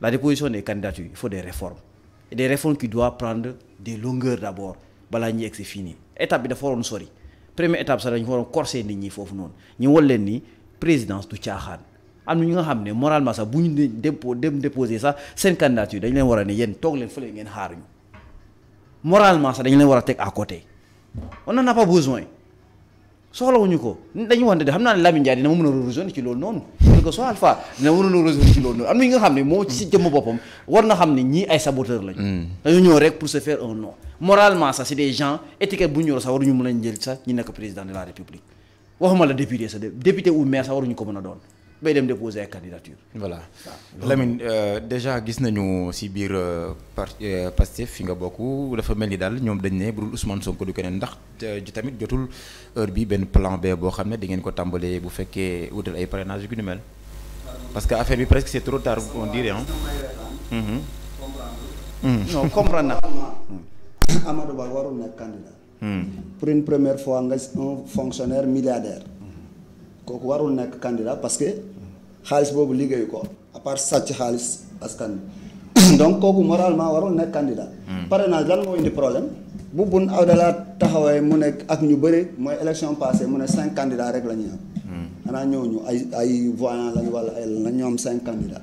le président Macky Sall moo fi taxaw je pense su ma juumul en 2017 mu ne yeneen candidats yi mooy ci élection législative moom moo leen parrainé ba ñu am 47 listes pourtant les Sénégalais se sont débrouillés.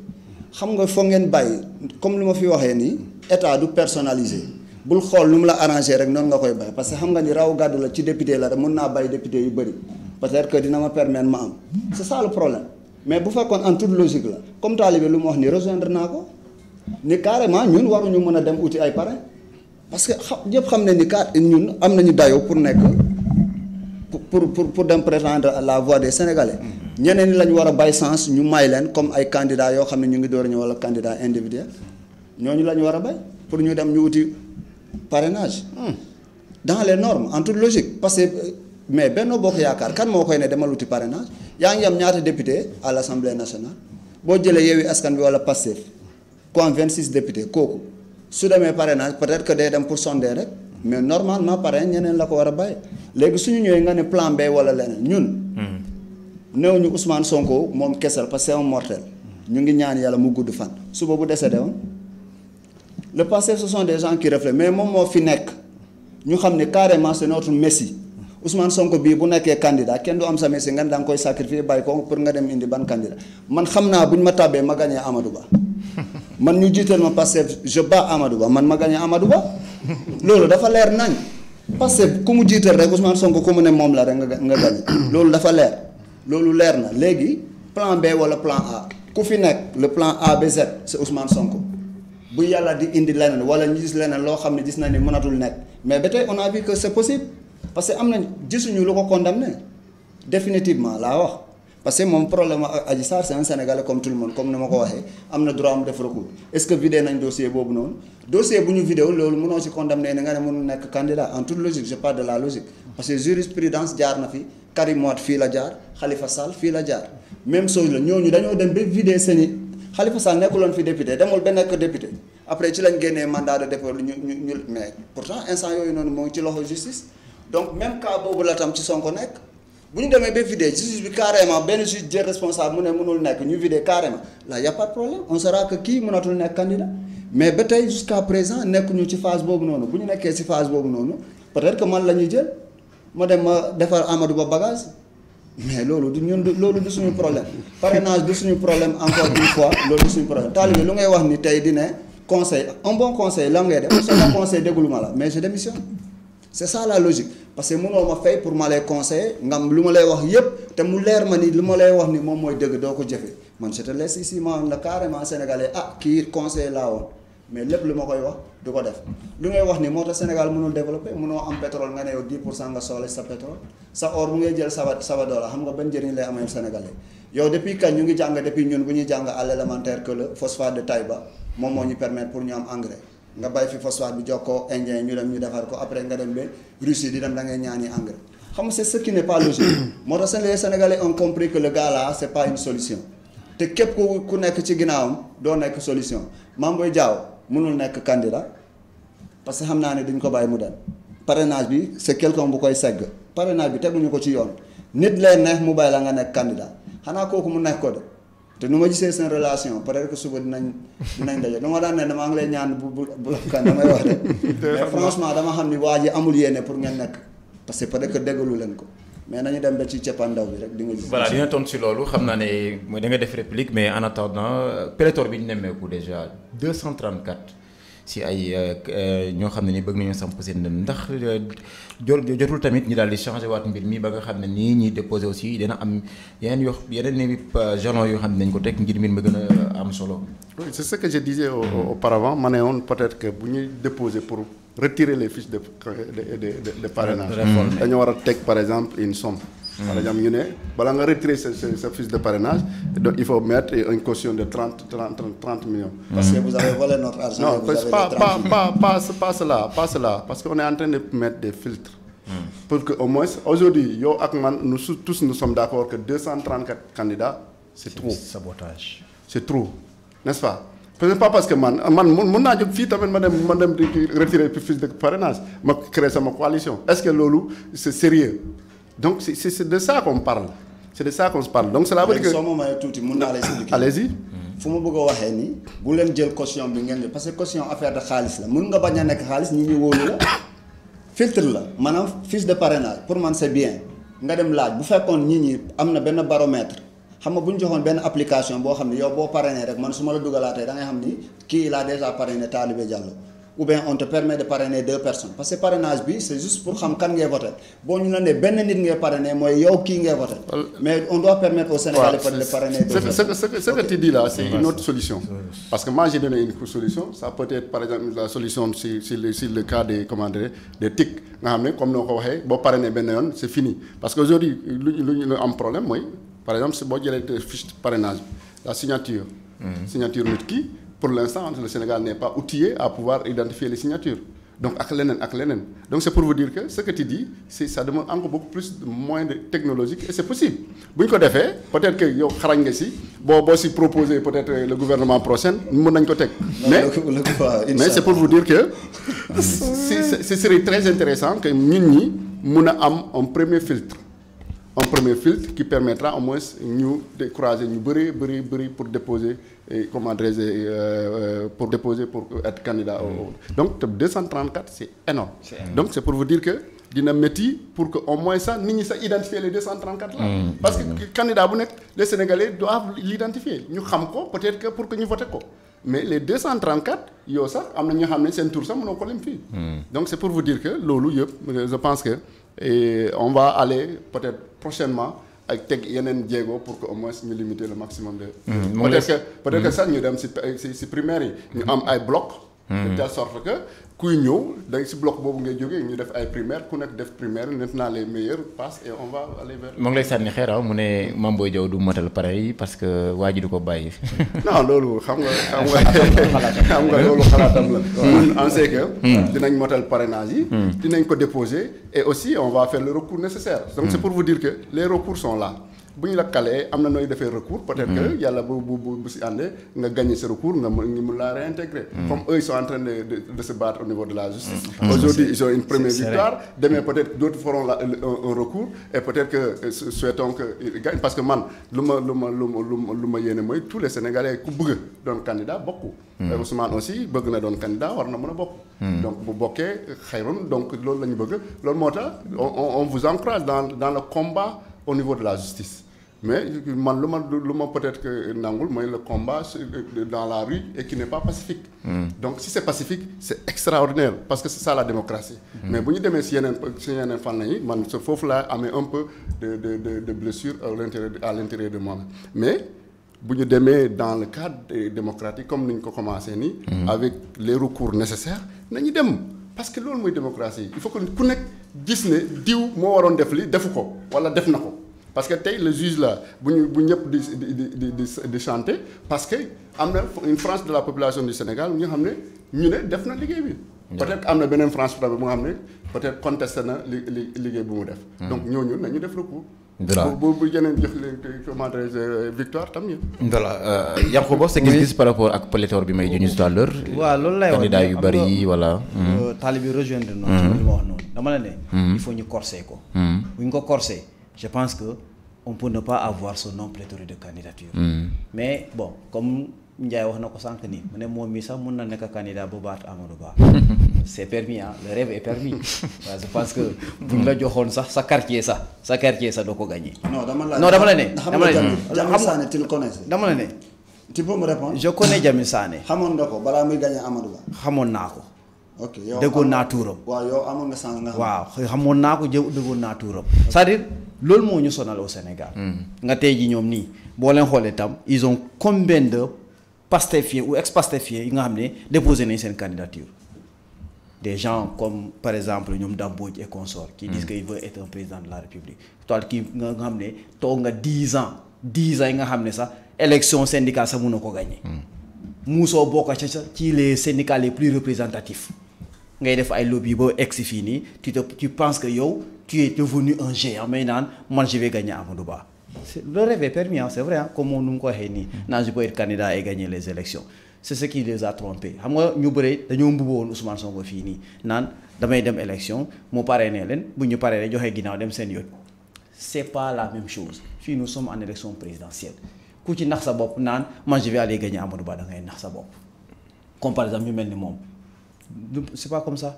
sànq nii nee na ma man j'ai pas compris le parrainage Talibé n'a pas compris le parrainage moo xëy na comprendre na parrainage bi moo tax mu koy wax parce que dans ses propos wax na fi sànq nii.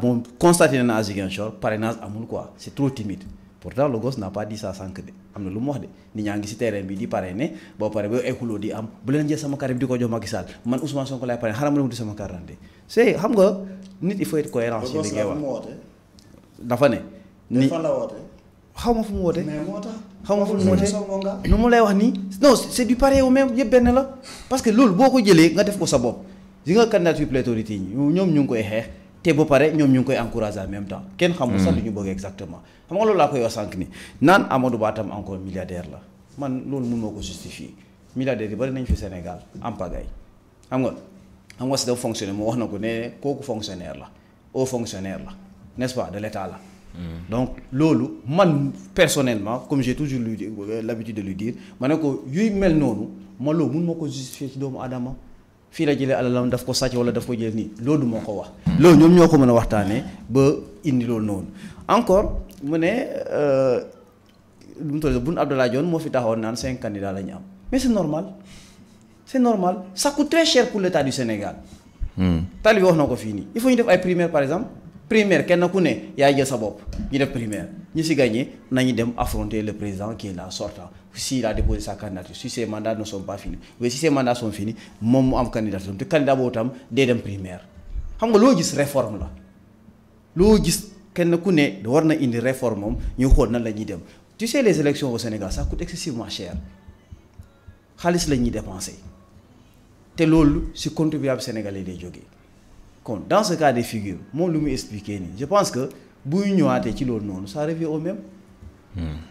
ça revient au même 5 candidats bu ko waxee c'est ñoom dañoo foog ni 5 candidats boobu ñoom ñooy segg tànn 5 candidats yi pour ñu dem à la course du loolu pourtant ces candidats là ont le droit comme l'a dit Talibé def recours ñu def recours mais c'est-à-dire du questionner moi je traîne du monde que parrainage bu jotee war naa mën a parrainer war naa mën a am ay parrain c'est pas comme ça bu dee loolu la logiquement gis nañ fi ay candidats yi nga xam ne bu ñu génnee ay nit ñoo leen di topp mais bu ñu ne élection jot na doo dégg sax ay tomb yi nga xam ne dañuy naan diw moo gagné tel lieu c'est-à-dire loolu mooy élection fii ñu dañuy dem élection présidentielle qui est totalement différent des 2 autres élections qui sont passées bokkut c'est beaucoup plus sérieux. C'est beaucoup plus sérieux, beaucoup plus pratiquement ouvert, mais aussi il faut de la sincérité. Ce pays-là duñ ko jox n'importe qui. Man li ma bëgg tey jii nii képp ku éligible n'importe quel Sénégalais qui prétend être un candidat wala bëgg a nekk président nañ ko may mais nañ ko def dans la logique man loolu lay wax. man musuma ne Ousmane Sonko bu mu nekk candidat moom mu ngi nii musuma ciy dugg sax musuma dugg ci détail yooyu noonu parce que man du ma juge. mais lu jëm Dame Mbodj du Sénégalais waroon nekk candidat. non xam nga dafa am yenn yi nga xam ne xel yow mii sa jëmm bopp jarul ñuy dugg ci détail yooyu noonu genre ñoom dam yi ngay gis nii yow ki nga xam ne comme ni ma la koy exemple boobu rek laa la jox. yow syndicat kese mënoo ko yéen bu dul loon du yéen Dame Mbodj du nekk syndicat buy taxaw ci table bi dañuy wax dëgg ak sa akulaay taala Dame Mbodj bu dul loon du yéen du seen monep ou les enseignants pastéfiens Dame ne sera pas tout simplement sur la table de négociation il le sait très bien et si ce n'était pas aussi les revers du SAEMS yow xam nga ko man xam naa ko il n'allait pas être sur la table de négociation. loolu yoo xam nga détail yooyu noonu. loolu moo tax tey jii nii naan man je vais gagner Amadou Ba je vais faire ceci et cela fan yow yaa combien d'enseignants au Sénégal chaque année bu élection jotee nga taxaw nga ne man dama bëgg a nekk nii ak nii ak yu muy def nii Sénégal yëpp musul bokk sur ñi war a dem ci table de négociation ñun ñëpp ay enseignants la ñu xam nañu. voilà vote la ñuy def. non déplacé wu ma ko c'est-à-dire dama lay expliquer yooyu noonu mën a taxaw naan yow da ngay jël réew mi. élection représentative lu tax Dame Mbodj demul Dame Mbodj dañu bloqué woon comptom. non loolu histoire boobu noonu da ngay jege waa SAEMS et waa CUSEMS ñu expliquer la. entre parenthèses parce que c'est que fréquenté wu leen xamoo histoire bi noonu nan la déroulé exactement. parce que je n'étais pas enseignant en ce moment. non je ne dis pas que tu n'étais pas enseignant je ne t'ai pas dit ça. voilà moo ngi noonu je ne t'ai pas dit ça waxuma ne ko woon enseignant de. waxuma la loolu noonu il faut qu'on soit clair et net. waxuma la loolu de waxuma la ne ko woon enseignant. mais dama la ne nga jege la ñu expliquer la histoire boobu noonu le blocage du compte. voilà le malheur des uns fait le bonheur des autres. loolu il faut nga comprendre que dans le mouvement syndical. voilà ñi daal di tijji benn brèche pour juste ay quelques auditeurs 2 voire 3 maximum pour daal di ñëw ci plateau bi nga jeexal waxtaan bi voilà effectivement dañ la jox. voilà ñu may auditeurs yi aussi ci waxtaan bi lañ bokk voilà. 77 439 21 20 77 439 21 20 mooy bu mu jokkoo bi ngeen di jaar ngir bokk ak ñun waxtaan yi ñu fàttali ko li ñuy waxtaanee bokk na ci gouvernement bu yees bi nga xam ne njiitu réew mi Macky Sall taxawal na ko mais aussi lu jëm ci wàllum parrainage bi laaj bu mujj bi xam naa dama koy séddale ñetti gan yi kon mu jëm ci stratégie yi nga xam ne ni pratiquement mënees naa wax ne jamono ji mboolem ñi nga xam ne ñoo ngi ci gouvernement bi wala ñu nekk ci opposition bi ku nekk moo ngi koy teg jëm ci wàllum parrainage bi ma doore ko ak yow Lamine parce que yaa ngi laaj sa temps voilà wàllum parrainage bi déjà stratégie yan ngeen nar a taxawal pour juste matale ko mais aussi taxawaay bi jëm ci wàllum élection yi parce que maa la koy laaj sànq élection yi li ci des mënees naa wax ne gën na yees juróomi weer te ñoo ngi wax Ousmane Sonko day bokk wala du bokk plan A wala ak plan B surtout loolu. non man ci côté boobu ñun yaakaar na amuñu problème parrainage. si lu ma yaakaar. comme lu muy wax nii yëpp. wax naa ko fii waxaat ko. kenn newul Ousmane Sonko su ñëwee du ñu gagné. Ousmane Sonko du bokk. loolu mooy débat bi. maanaam Ousmane Sonko du ñu gagné kenn du ko wax. donc kooku bu fekkoon suba bu ñu ko joxee fiche de parrainage mu wàcc si ñun en moins de 3 jours ñun ñu matal suñuy parrainage. moins de 3 jours. comme ni ñu ko waxee tam parrainage dans les normes dañ ko war a limiter ñu ne amul benn parti bu war a dépasser temps parce que moo ko dépassé aussi ñeneen ñi du ñu am. c'est ça le problème. bu ñu ci logique kese la amul njuuj njaaj. wallaay parce que bu jógee mu xam ma APR la benn am na xaw ma benn bokk yaakaar du ñu am sa parrain. xanaa député yi parrainé ren mais population bi du ñu am parrainage populaire. loolu dafa leer nañ.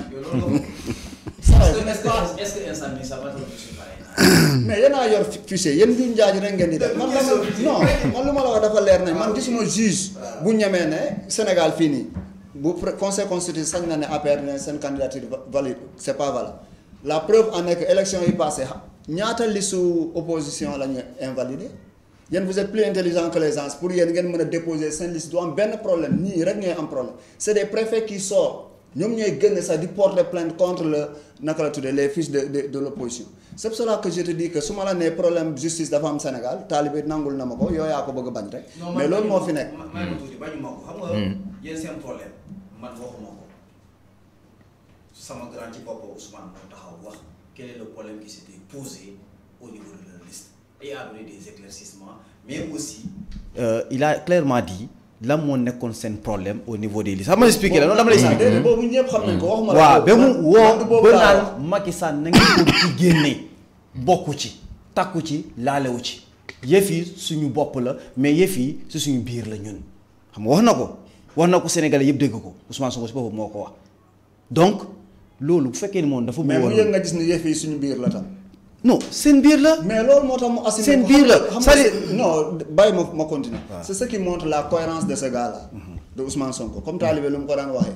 ak li ñu ko teg yëpp Mame Boye Diao bu mu amee problème du problème sax yaay bu mu décédé xam nga bu doon keneen na pare mënoon na toog du Mame Boye Diao moo def pas de Ousmane Sonko moo def pas parce que sa yaay décédé nit koo xam ni peut-être que moom jàpp na ci nguur bu ko daan sonal nga nekk mu dem xool seen relation dëmb mu dem mu kii rek fii problème am non am na ñoo xam ne duñ ko def problème am moom mu taxaw carrément mu ne suñu biir la te yàlla jox na ko dëgg gis nañ carrément ni tey boo leen ne yeew yi existé wul parce que suñu biir la woon côté boobu laay waxee mais am na ay zone yoo xam ne du loolu c'est pas au niveau national ay préfet ñoom ñoo fi jóg ñu invalider ay liste boobu la neexee nga bañ ko xam nga les faits sont là chacun est libre aussi de contester les faits comme nu mu la neexee mais lu ma lay wax ni lu leer la mun ñun amuñu problème parrainage voilà loolu ñoom xam nañ léegi waxtu bi daanaka léegi mu jot Lamine da ngeen di am plan B wala pour l'instant amul plan B le seul plan c'est Ousmane Sonko amul keneen ma ne la Ousmane Sonko est un mortel Ousmane Sonko doomu aadama Ousmane Sonko nit la comme ñun yëpp mais pour l'instant moom moo fi nekk mu nekk suñu Messi nekk suñu lépp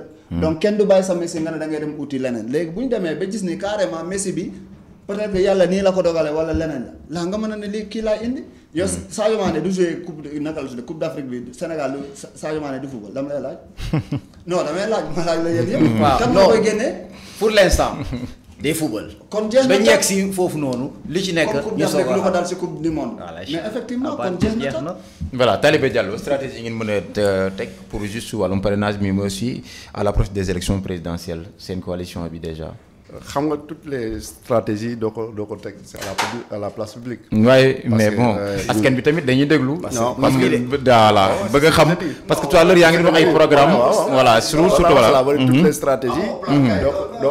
doo ko teg. voilà ñu jël kii rapidement dugal ko avant ñuy daaneel. salaamaaleykum allo malheureusement egsiwul allez-y Talibé. ok donc comme nu ma ko waxee sànq. toutes les stratégies doo ko teg sur la place. mais du ñàkk yooyu teg. yow ci lu may teg mooy nous sommes en train en tout cas de contacter nos points focaux. parce que toutes les communes pratiquement léegi ñuy am ay points focaux ñi nga xam ne ñoom ñooy waxal ak population maintenant naka la nga koy waxee et comment on va le faire. est-ce que guddi la est-ce que bëccëg la excès loolu duñ ko teg fii si place publique. mais ce qu'on sait que c'est sûr que dinañ am ay parrains. dinañ motel parce que au minimum il faut avoir 2000 parrains par région. et au-delà de 2000 donc xam nañ ne dinañ am au-delà de 2000 bu soobee yàlla au moment venu dinañ ko wax publiquement ñaata lañ am comme parrain si biir Ziguinchor donc ak tamit si Sénégal donc pour te dire que par exemple kii nu ma waxoon sànq mooy Mame Boye Diao par rapport ak Ousmane Sonko Mame Boye Diao également a assumé ses positions par rapport ak Ousmane Sonko ñëpp xamoon nañ méttiwoon na un gars du pouvoir nga taxaw si plateau nga ne Sonko sama xarit la loolu c'est pas donné à n'importe qui mais daf ko wax au niveau d'un plateau pour dire que Sonko sama xarit la Sonko ñëw na ba sama kër di ma jaale et loolu dama koy assumer parce que man ak Sonko du tey et tamit bu ñun ñooy si gàmmu François Bodian ñoo nekkoon ensemble donc c'est pour vous montrer que c'est quelqu'un qui a toujours assumé ses positions mais boo nekkee si benn kuréel comme par exemple ñoom ni ñu nekkee si biir Pastef am na ñu dégg ñu xam ne dañ ciy waxante mais est-ce que dañuy démissionner parce que Ousmane wala keneen appliqué wu ko non pas du tout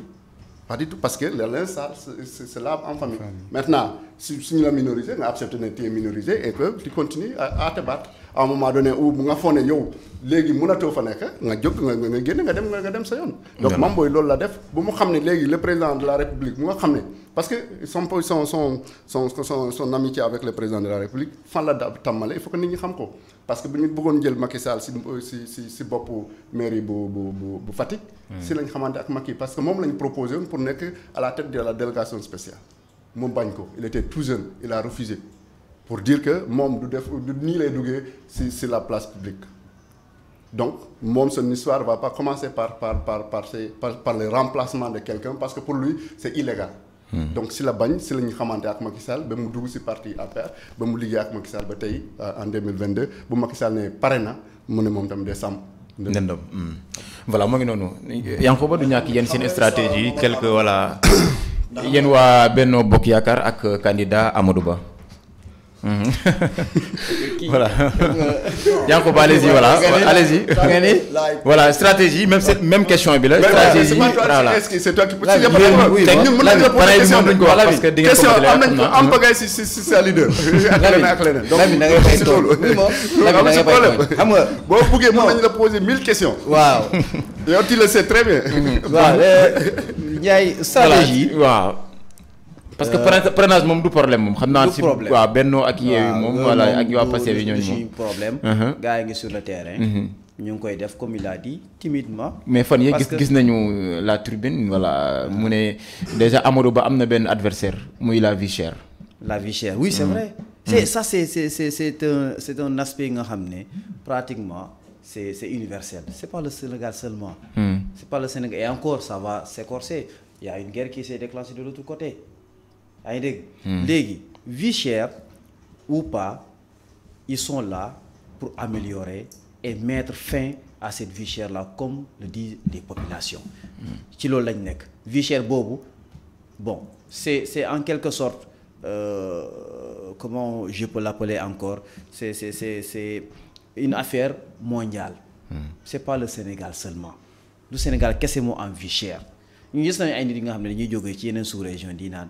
la belle vie c'est au Sénégal duma la ko nëbb tey jii boo demee Gabon on dit que les salaires sont bons là-bas mais la vie est encore beaucoup plus chère qu'au Sénégal loolu duma la ko nëbb ñu aussi on fait des recherches pour en savoir quelque chose loolu nii da ngay wax rek lu am ak sa akulaay taala vie chère am na duñ ko bañ lu fi nekk la ñu ngi koy gis mais du li nga xam ne Sénégal kese mais lu Sénégal lu gouvernement bi war a mën a def pour loolu dañ ñu ngi koy def ñu ngi koy def te dinañ ko continuer di ko def Macky Sall jàmbaar la. donc loolu ci stratégie la bokk. waaw ci stratégie la bokk. loolu Macky Sall mu ngi ci kaw. te yàgg na ko def loolu teel a ko commencé te du ci gouvernement bii la koy commencé yàgg na ko commencé wala yàgg na ko def du autant pour moi. voilà dégg nga léegi stratégie pour parrainage comme ni ma la ko waxee ñu ngi koy def. comme tout le monde. vous avez vu du ñu bëri ñu ngi koy wax sa même journaux yi sax ñu ngi koy wax ñu ne la vie politique à Ziguinchor est au ralenti point mort c'est vrai. mais loolu empêché woon nit ñi ñu nekk ci parrainage bi sur le terrain. voilà à part que ñoom dañoo joxe consigne ne parrainer personne. voilà mu ngi noonu Lamine. écoutez et attendez Ousmane Sonko je pense que loolu la ñu wax. voilà loolu la ñuy moom mii sa loolu la may wax chaque fois bu leen parrainer kenn tey jii sa bopp doon tooñ ma ne ko voilà mon ami les cartes d'électeurs sont disponibles à la préfecture une partie est venue vous pouvez demander à tous les comment dire Ziguinchorois qui avaient déposé pour comment dirais-je avoir les cartes d'électeurs que les cartes d'électeurs sont disponibles. voilà mu ngi noonu Lamine yegg si nañ fi ñu war a yëkkatee jotaay bi ma jox la kàddu gi nga daal di tàggatoo ak askan wi ñuy seetaan ak ñi lay déglu. lu muy def nii ragal naa ñu ñëw ñu dàqale ñu indi la problème comme man Pastef laa bokk yooyu yaa may wax ni les cartes sont disponibles. te wax naa ko ñëpp.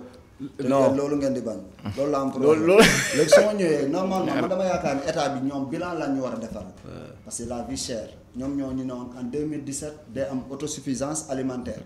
xam nga loolu mooy wàññi vie chère bi bu fekkoon autosuffisance bu ngeen waxoon 2017 atteindre ngeen ko saa yi duñ fi toll.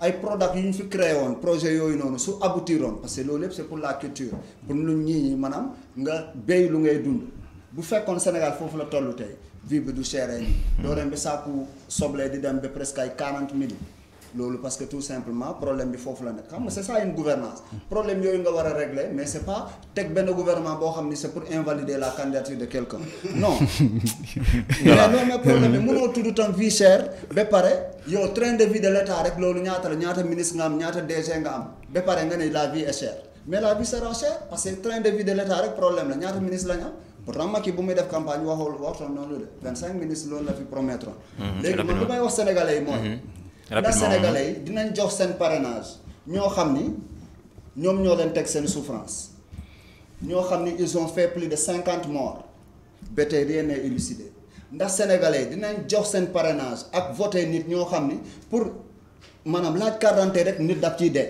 te du am justice du am dara du am poursuite du am dara laaj nit carte d'identité rek nit war na ci dee damay laaj sénégalais yi ndax ñoom dinañ parrainer ay nit yoo xam ni bu ñu leen ne dem leen tëddi maanaam période Covid ñu dajale suñu xaalis ba 1000 milliards dañ ko séddoo ñu sàcc suñu xaalis ba ñu épinglé leen ndax ñooñu di nga leen wóoluwaat encore nga ne dem leen di parrainer ba nga leen di jox réew ndax sénégalais dinañ nangu ay officiers de l'armée di disparaître biir Dakar ba tey dara du ci élucidé dinañ jox ñooñu ay parrainage ndax dinañ leen jox ñu nekk maanaam ñu jiitewaat ñu encore man loolu laay koy ndax sénégalais dinañ nangu ñuy tëj suñuy université ba tey suñu xale yi mënuñu jàng nañ leen joxaat parrainage joxaat leen suñu réew loolu mooy sama question. question yooyu laay posé ndax sénégalais yooyu dinañ ko nangu. voilà mu ngi noonu Lamine Ndiaye ñi sant ko bu baax gërëm ko si disponibilité bi mu am ngir ñëw bokk ak ñun waxtaan yi fàttali ko moo ngi bokk si coalition Yewwi Askan Wi ex Pastef Talibé ma jox la nga tàggatoo.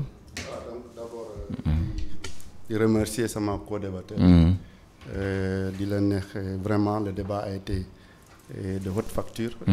civilisé également. entre guillemets. donc di leen remercier pour que nit ñi mun a dem si loolu. parce que aujourd'hui c'est seulement le débat d'idées. moo tax le Sénégalais mun a am encore confiance à son procès. parce que loolu kese la c'est dans le débat d'idées dans la contradiction dans la divergence qu'on peut construire notre Sénégal. donc si loolu la invité tout le monde di leen ne en tout cas ñun en tout cas avec Diao 2024. Sénégal en mouvement. donc nous sommes prêts en tout cas à être vraiment l'interface de ce Sénégal divisé, de ce Sénégal qui ne se salue pas, de ce Sénégal qui est à l'extrême. Nous sommes à l'interface vraiment pour rassembler tout le monde pour qu'on puisse au moins travailler les richesses du Sénégal et ça revienne aux Sénégalais. Comme il a dit tout à l'heure, nous avons un programme dans le cadre bu nga xam ne c'est pour que ñu mën a sukkaliwaat mbéy mi donc di créer ay fermes familiales spécialisation chaque village au moins chaque famille chaque concession am spécialisation donc dans un village s'il y a 10 concessions chaque concession am spécialisation da ngay gis déjà le marché va commencer à ce niveau on va pouvoir fixer les jeunes à ce niveau et cetera donc pour vous dire que nous avons un programme alléchant bu nga xam ne suñ ko proposé aux Sénégalais ñëpp dinañu mën a ñëw pare nañu ensuite ñu dem ci élection jërëjëf. voilà Talibé Diallo ñu sant ko gërëm ko moom it si nag ni mu ñëwee bokk ak ñun waxtaan yi ma fàttali ko moo ngi bokk si tëjlu politique gi le Sénégal mouvement bi nga xam ne nag Mame Boye Diao moo ko jiitee yanqu ba ma jox la nga joxe kàddu gu ma jigéen. waaw ok maa ngi leen di remercier yéen ñëpp. di remercier sama co-débatteur yi. Lamine bàyyi li naan université dañ ko tëj. université mënul fonctionner université dañ ko làkkoon.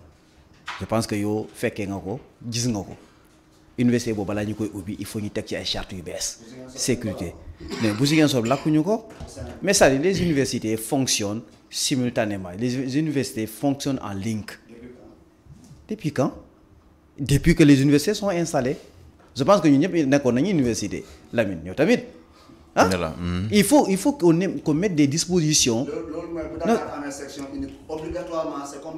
non waxuma la loolu waxuma la ni ñun def nañu section unique combien de fois section unique def nañ ko ñaari yoon fekk na ma université 2 fois ñun à notre temps je pense que tu étais là-bas n'est-ce pas donc université Dakar c'est un cas particulier aujourd'hui li am université Ziguinchor aussi c'est un cas particulier kenn ku ne dafa am jafe-jafe am moo tax mënuñu koo ubbi il faut ñu régler jafe-jafe yooyu noonu ñee seen SAES ñuy grève ñële les conditions des étudiants il faut ñu xool nu ñu koy lijjantee ba pare balaa ñu leen di ba ñu dugg ci biir campus bi loolu il faut ngeen wax ko Sénégalais ñu mën koo comprendre. je pense que là loolu mooy nécessité mais il faut pas comme ni ma la koy Lamine il faut ngeen bàyyi di jël lépp di ko peinturer en noir Lamine.